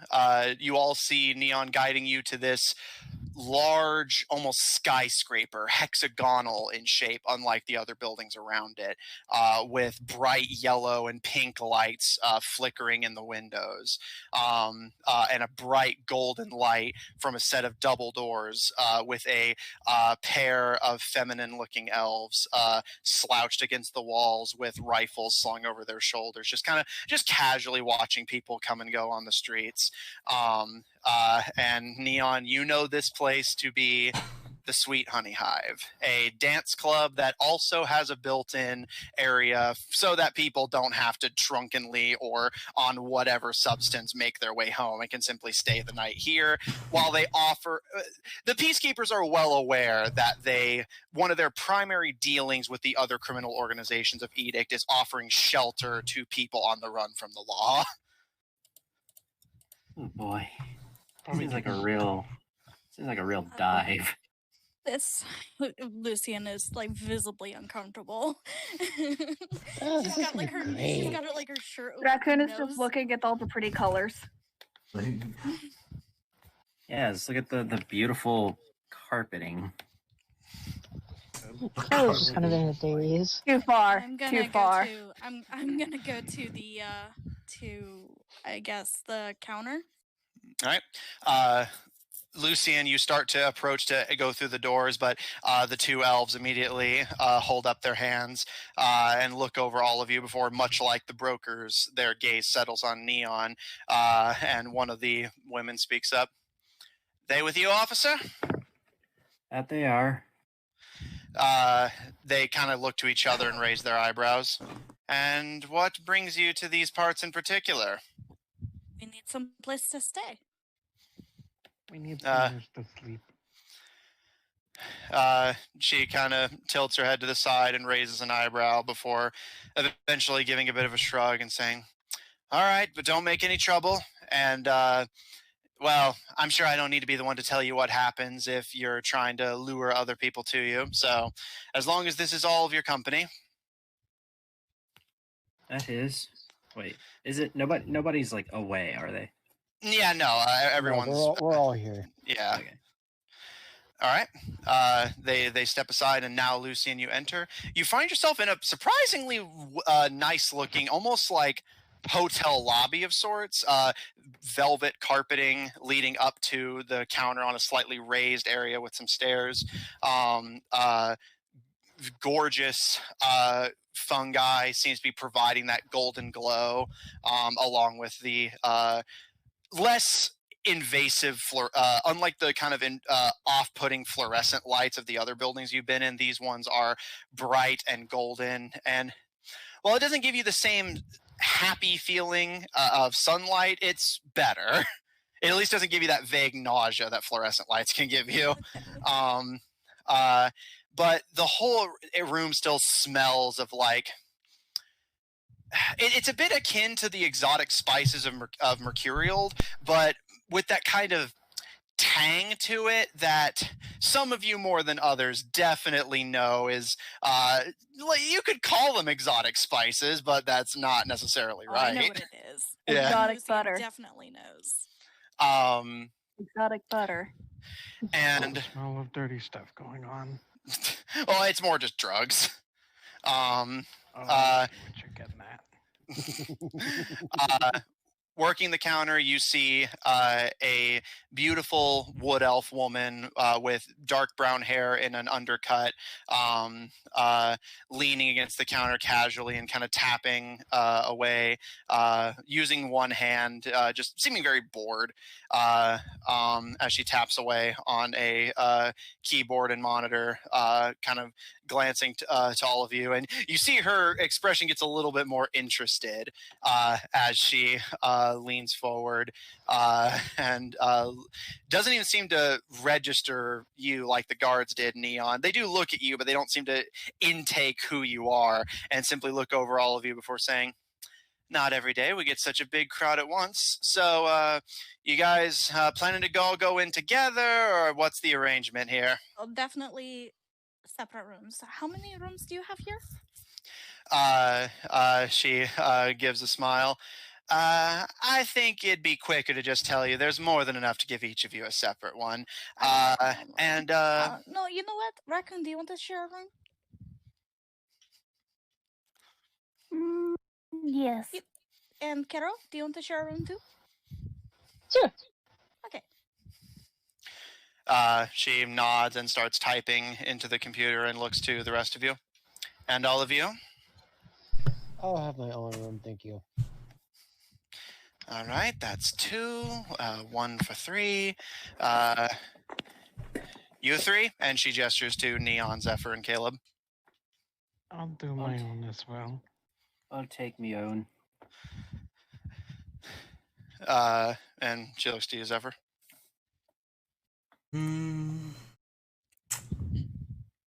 I may not stay. Probably. Oh, got some big plans tonight? Oh, honestly, it's just simply I don't have money. Zephyr, you want to bunk with me, brother? I got you. Well, Zephyr, I'll say Caleb and Gil are both offering you to stay. I mean, I don't feel comfortable with the whole turning my gold into. I'll pay for him. She holds up a hand to you, Gil, to your surprise, and leans forward. And you can see she has very long nails that she kind of taps on the counter. Although you notice the index and middle fingers nails have been filed down as she kind of clicks them on the countertop and tilts her head to you, Zephyr. Hey, I got it. I got it. Lucky bird. As she gives a smile. She likes the ladies. I mean, it's an organization calling themselves the Amazons. Yep. Organization. Hey. Please consider that we're live streaming before making any further jokes. Twitch band. You're the one who made it in the first place. Yeah, to be fair, you're responsible. I'm not responsible for my players. I'm simply responsible for the world. What's up? Is it a sex joke? Yes, it is. I'll tell you when you're older, and by that I mean like when you're about a half hour 96. older. Yeah. She's a lesbian.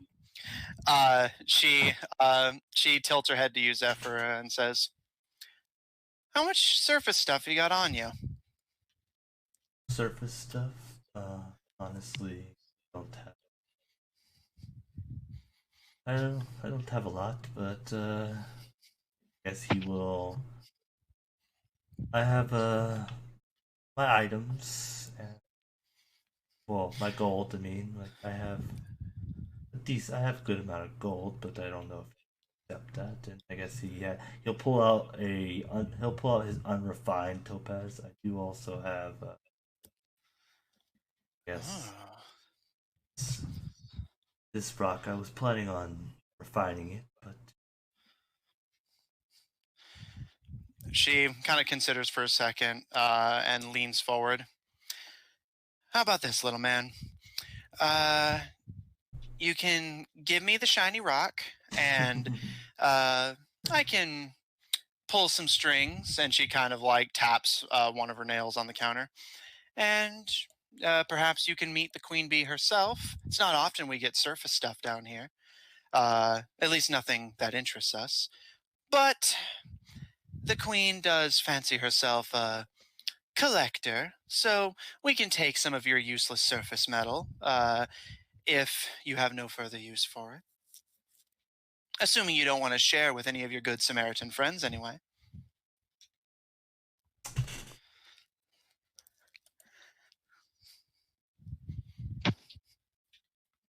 That is a hard bargain. Not sure. I'm trying to think. They talk, or what? What does Queen Bee have something that she could offer, or at least like talk to me about? She kind of raises an eyebrow. Oh, it's not often that people want to meet the queen bee just to talk to her, but and she kind of gives a bit of a smirk.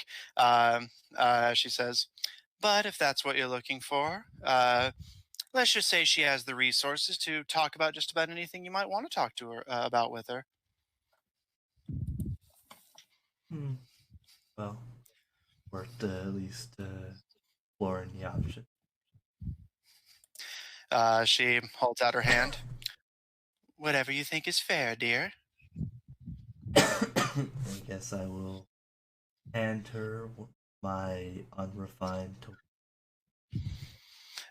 She smiles and gently cups it between her two hands and types into the computer and gives you a smile. You'll have the penthouse suite, and the queen bee will be up to see you tonight. Zephyr always getting the good shit. I know, right? I mean, he bargained. He gave up a gem for a night in a hotel and meeting the queen of entertainers. Like, but he gave up a gem to do that. Yeah, which I'm not even sure how he got. Gems. But I need them for my spells. What you need, yeah, it was like you need. Yeah, Zephyr's just getting interested into jewelry is all. And she turns to the rest of you and says, "All right, with your friend taken care of, that's I believe that'll be 3 rooms in total, 1 room for 3. And the queen bee is unfortunately on layaway, but I can interest you in any number of our other escorts if you're interested." And she kind of glances over all of you before her gaze settles on you, Caleb, and she kind of does a kind of vague motion with her hands, except for you. Damn. Fucking ouch. Slumber party? Caleb, hang on, I got something. Caleb's just like... Party. You, me, and Carol are going to have a slumber party. What they'll be doing is something different. And yes, Caleb? For it. Like more people to throw pillows. No. We don't need anybody. We don't need anybody. And Caleb? Raccoon gives like a little disappointed face. But pillow fight. I will smother you with a pillow without make sure. I will smother you with a pillow. Ladies, please. Yes, little boy? He's just like, I think I'm, as far as I could tell, it sounds like I might be the opposite of the kind of people you're usually dealing with, even if I was older. He's a child. She initially looks like she's going to make a smart remark, but then after you mention the age, she nods. You're perceptive. But don't worry, we'll make sure your room is well kept. Believe it or not, we do some legitimate clean business here. And as for the 3 of you, I don't care what you get up to, but make sure you don't leave the place too much of a mess. More for our cleaner's sake than anything else. Thank God.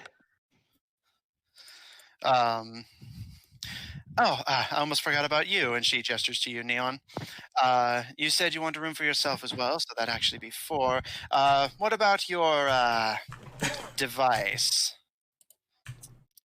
Oh, don't worry about Morrigan. And and Neon just holds up their glove, just kind of like, as if they were waving to somebody behind them, and then the giant mecha just dissipates. just vaporizes into nothingness. She gives a smile. Neat trick. All right. She nods and says, names, please. Gil.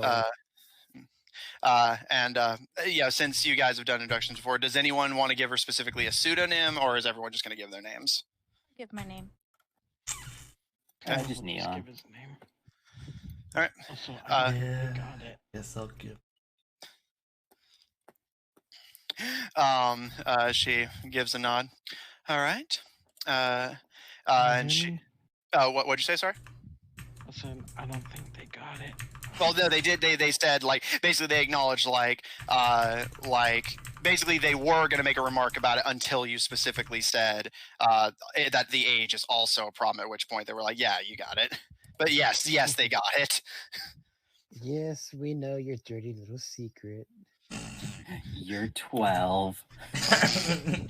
He's not exactly hiding it. Yeah.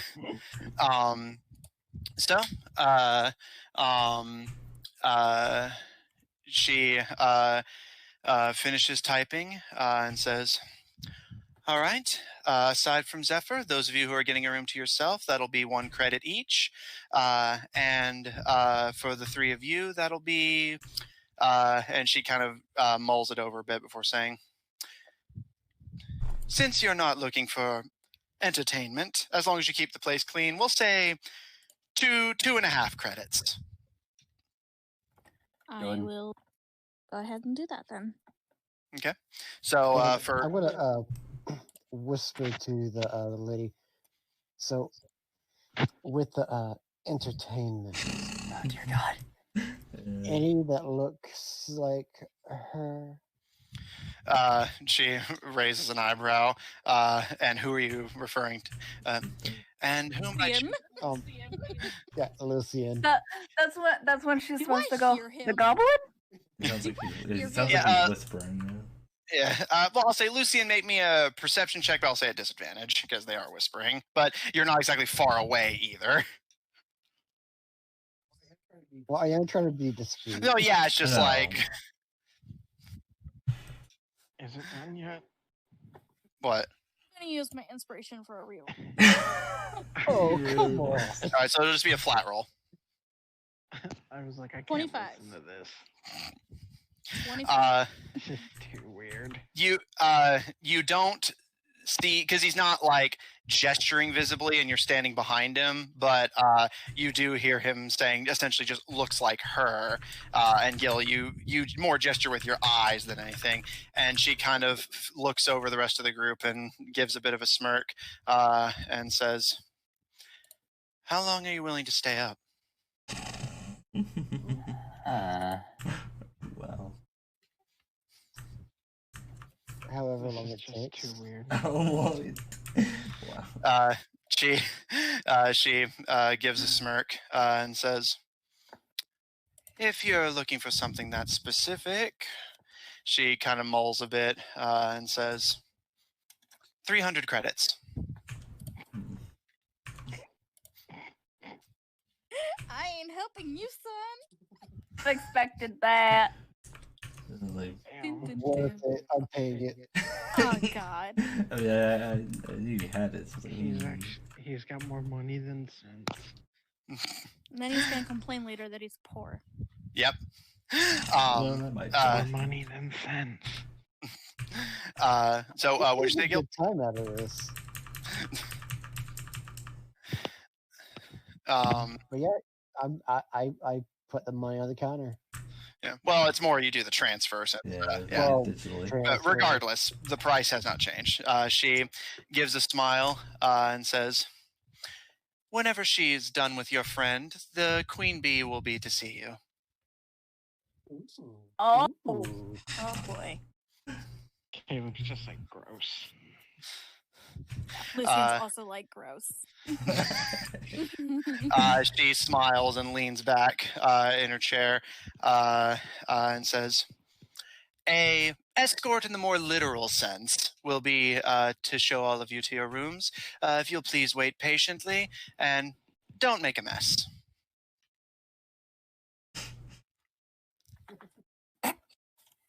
so well already. Zephyr. Can already Zephyr to tell do that all someone this. is going to break that rule. Oh boy. All right. So, um, uh, uh, she eventually after she types a bit more on the keyboard, some time passes and you see an elevator door open, and you see another elf step out. This one, a more dark-skinned, with very wild dark hair tied back in a bun, and she dressed in a beautiful white gown as she gives a bow to all of you. If you'll come with me, I can show you all to your rooms. I follow. You all are, and your rooms do not seem to have any particular rhyme or reason to them. A lot of you are escorted off at different floors and shown to your rooms before the party is returned to the elevator and funneled up further. But and because you're in an elevator and you guys outside of Neon, most of you aren't super used to that, and the building's rather tall. You don't have an exact sense of what floor each of you are on, but you can tell the order going from lowest floor to highest. Caleb is dropped off first, then Gil, then Lucian, Caro, and Raccoon, Neon, and then finally Zephyr at the penthouse. For those of you with very basic accommodations, for one, the rooms are actually pretty nice. They remind you a lot, for those of you who were there, of the rooms that the noble families got at the summer ball. Albeit they're not two-story, but they have that kind of luxurious hominess to them. The beds are large and velvet and silken. There's plenty of room to store clothes or personal belongings without issue. And each room has a window with lovely velvet curtains to cover them. And the rooms are alight in a somewhat dim and less intrusive honey gold light. And don't forget all the hidden cameras. Tons and tons of those. Oh, you don't know that yet. Yeah, just wait. Jeez, Jacob, give the DM time to reveal the plot twist. Jeez.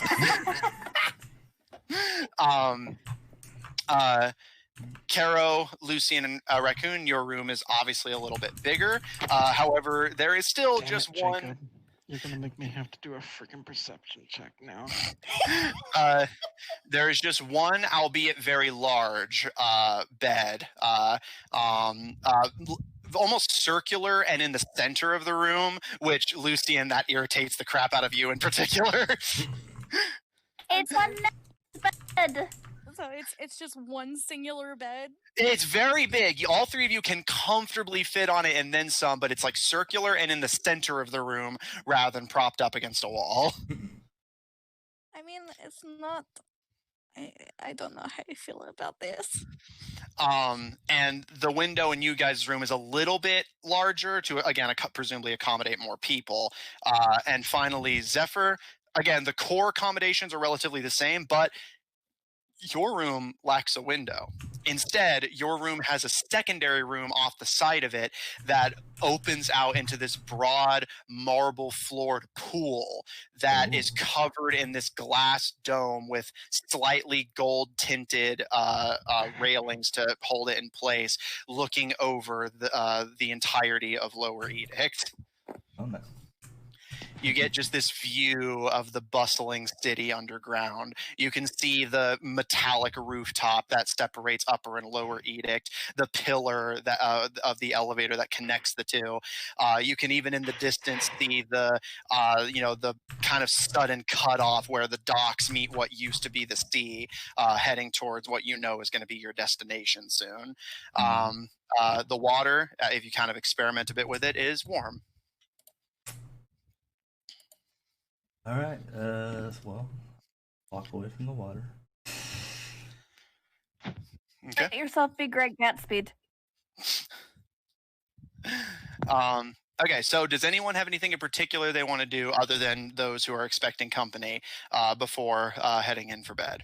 Pillow Caleb's gonna fight. check the room Actually, out. yeah. Pillow fight.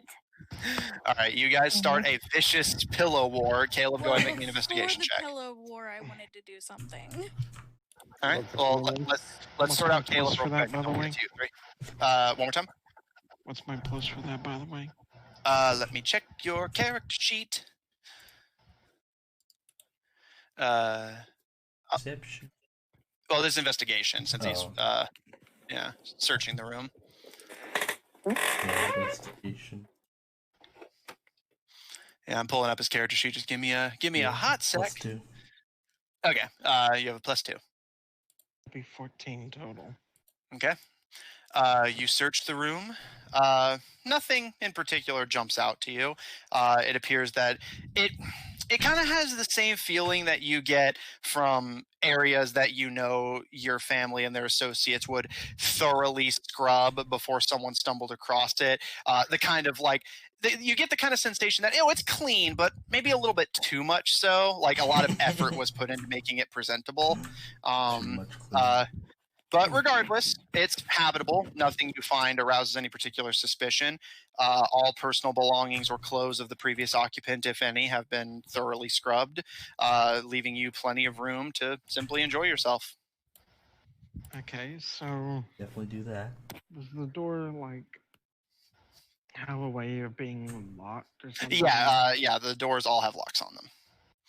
Caleb was gonna do that, and then having the room to himself, he just kind of, undresses. All right. To lay down in bed. All right. So Caleb makes himself comfortable. The three of you sharing a room. So Lucian, you had something before the pillow war. Yes. Oh, also, by the way, Matthew. Mm-hmm. Because he has just the room to himself, for the first time in probably months, he gets to sleep by himself. He just completely undresses. Okay. Lucian, what are you going to do before firing the first shot of the Great Pillow War of the Third Age? Now, this is the interesting part. Does that. Raccoon does that. I'm going to go into the bathroom. I'm going to turn on the water and wait for a few seconds. And then I am going to cast Sending. Okay. Who would you like to send to? In Celestial, I will say. Oh, that answers my question. Who else can speak Celestial? Jeez. In Celestial, I will say. I managed to buy you some more time. Even though you don't really deserve it. I really hope you're not going to make me regret this. All right. A moment passes, and you get a response also in Celestial. Thank you, sister. I promise you won't regret this. You know where to find me whenever the agreed on time has passed. I'm making sure the house looks really nice for you and your friends.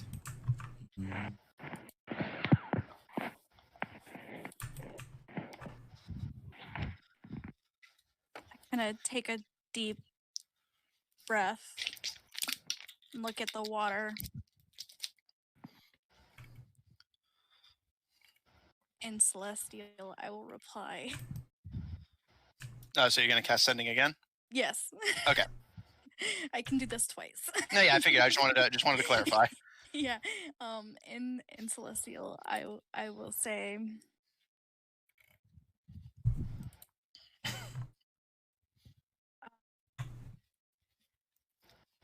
out.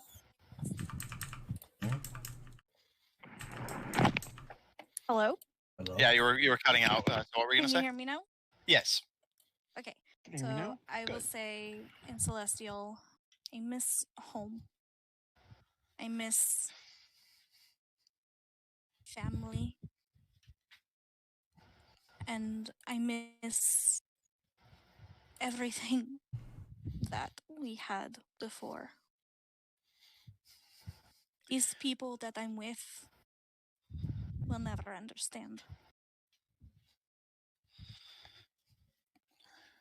There's a pause, much lengthier this time, before you get another response. I know, but I do understand, and just give me the time you promised, and I'll fix everything. I'm going to go into the shower, cry, get dressed, take a few deep breaths, and go initiate a pillow fight. All right. However, Sips did request that Raccoon fire the first shot. So As soon as she walks out yes. of the bathroom, one's going to whack her right in the face. Carol, Carol's you gonna take a bath before she gets in the pillow fight. So yeah, so the great pillow war of the Third Age has begun. There will be no survivors. Whole new character. All right. Neon and actually, yeah, just Neon. Anything particular from you as you settle into your room?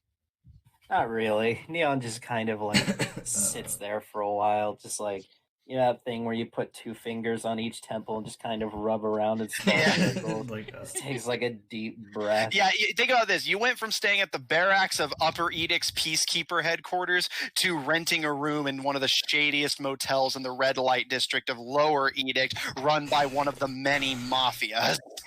Yeah, just like and just like staring at the wall for a bit as like the camera pans around slowly as it's just like how could this happen to me? I made my mistake. He does the office camera face. Yeah. And it just kind of just after sitting there for about 45 minutes not moving or saying anything, just kind of flops back onto the bed and just falls asleep like that. All right. And Zephyr, that brings us to you, who has organized an earlier scheduled visit at the exchange of a topaz with this mysterious queen bee.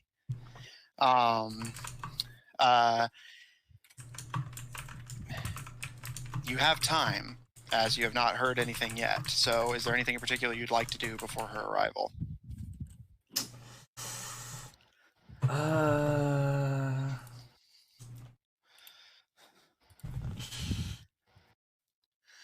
I'm trying to think. I guess Zephyr was just kind of in contemplation, like, what I even ask?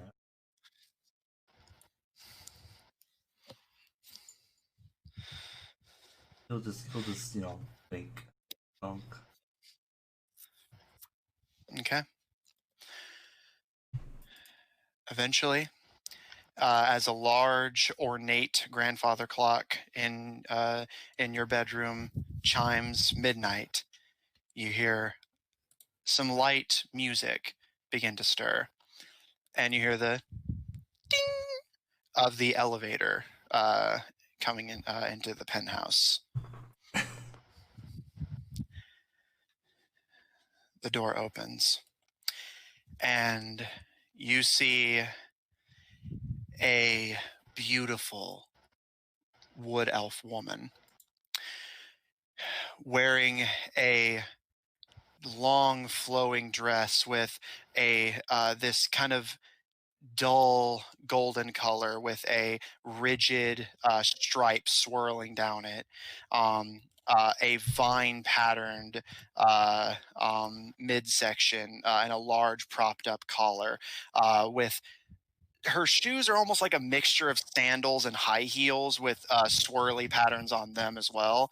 And you go to look at her hair as you're just taking in her form, and you watch as it initially seemed to have been very dark hair, but as you make eye contact with her, it shifts to red, matching the color of your skin perfectly, as she gives a smile and speaks in a very low voice. You wanted to see me, darling? Honestly. Oh, no thanks. It's like, can you leave now? Oh, no. Well, I mean, honestly, I did not have the currency, so I figured, and the only thing I had on hand is seemed topaz, which happened to have enough to acquire your attention, as perhaps why I want you here. Frankly, maybe you can answer some questions. She gives a smile. Yeah, they told me that you weren't interested in the usual services I provide and simply wanted to talk. And she gently places her hands on your shoulders, and as she makes eye contact with you again, her form begins to shift, and you find yourself looking at another kobold, this one distinctly more feminine. As she gives a smile and leans against the side of your very large silken and velvet bed. And she gives a smile and looks down at her new form and tilts her head to the side and looks back at you. Now that does surprise me.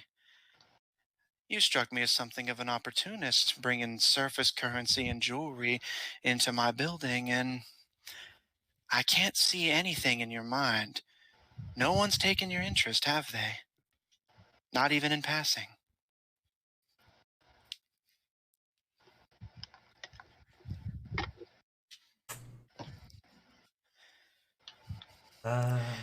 No, no one has taken.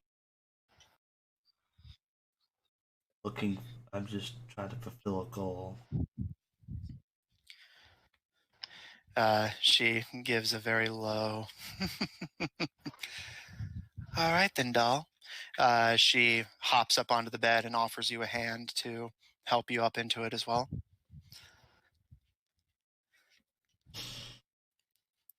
I guess I did. She helps you up into the bed to sit next to her and pats the side next to her and leans to rest her head on your shoulder as she gives a wide smile. What sort of questions do you want to ask, darling? And that's where we're going to end tonight's session. You motherfucker!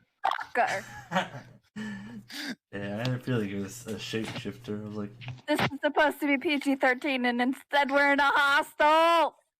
To be fair, nothing bad's happening on screen. It's literally just the implication. Yeah, even then, Zephyr has no idea. Zephyr doesn't have any plan to do anything.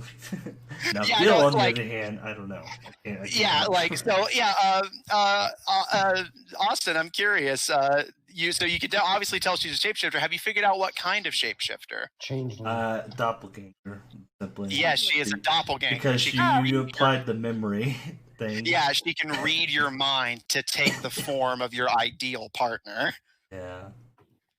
Which is why she's so expensive. I'm very interested to see what she would do for me. That's interesting.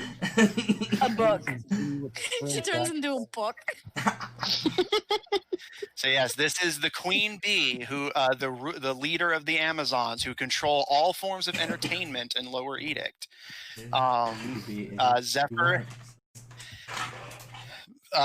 Zephyr and Gil both have paid for one-on-one time with this woman, and we'll have to see how that goes. At least I don't have to worry about snobby seconds. Jesus Christ.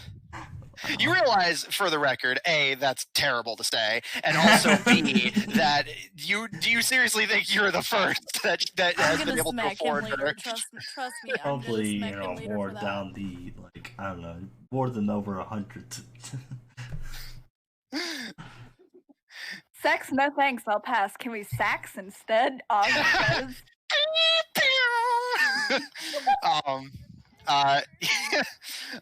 So that being said, with the greatest pillow fight in this age happening just a few rooms down, and a meeting between two very conniving criminal figures, we'll have to see what happens next time. Thanks everybody at home so much for watching. Thanks you guys so much for playing. For inspiration this session, Zephyr for turning a not ideal situation into a good one through trading your topaz to meet the queen bee. And Raccoon for managing, because I was actually curious if anyone was going to get the brokers upset, and Raccoon managed to do it, and that was very fun to play out. I didn't enjoy it. I'm sorry. I had a question I wanted to ask. Yeah, to be fair, Red did warn you, and Marcus did respond. You just couldn't understand him. Yeah. I was like, I'm pretty sure Marcus said it. It's just his way of speaking. Cast tongues on him if I could understand him. Maybe. Cast tongue. But yeah, and that is also the other reason I'm giving you inspiration is because even Red in character agreed with you. It wasn't really any fault of your own. Just said the wrong thing at the wrong time, basically. And again, it's his own fault for getting angry. Oh no, and he agreed with you. Like his brother just has a temper. He has his pride on himself. Pride cometh before the fall. With that said, I do hope you had fun regardless, Sips. Yep. I hope everyone had a good time. And I do hope. I forgot we were still alive. And I do hope that this segment isn't making anyone uncomfortable. Like I said, nothing explicit will happen on screen. At most, it'll just be jokes in that direction. Nothing explicit. And I have it set to mature content. Well, regardless, it's just also something that. But it's also just something like not everyone here has agreed to that. So, other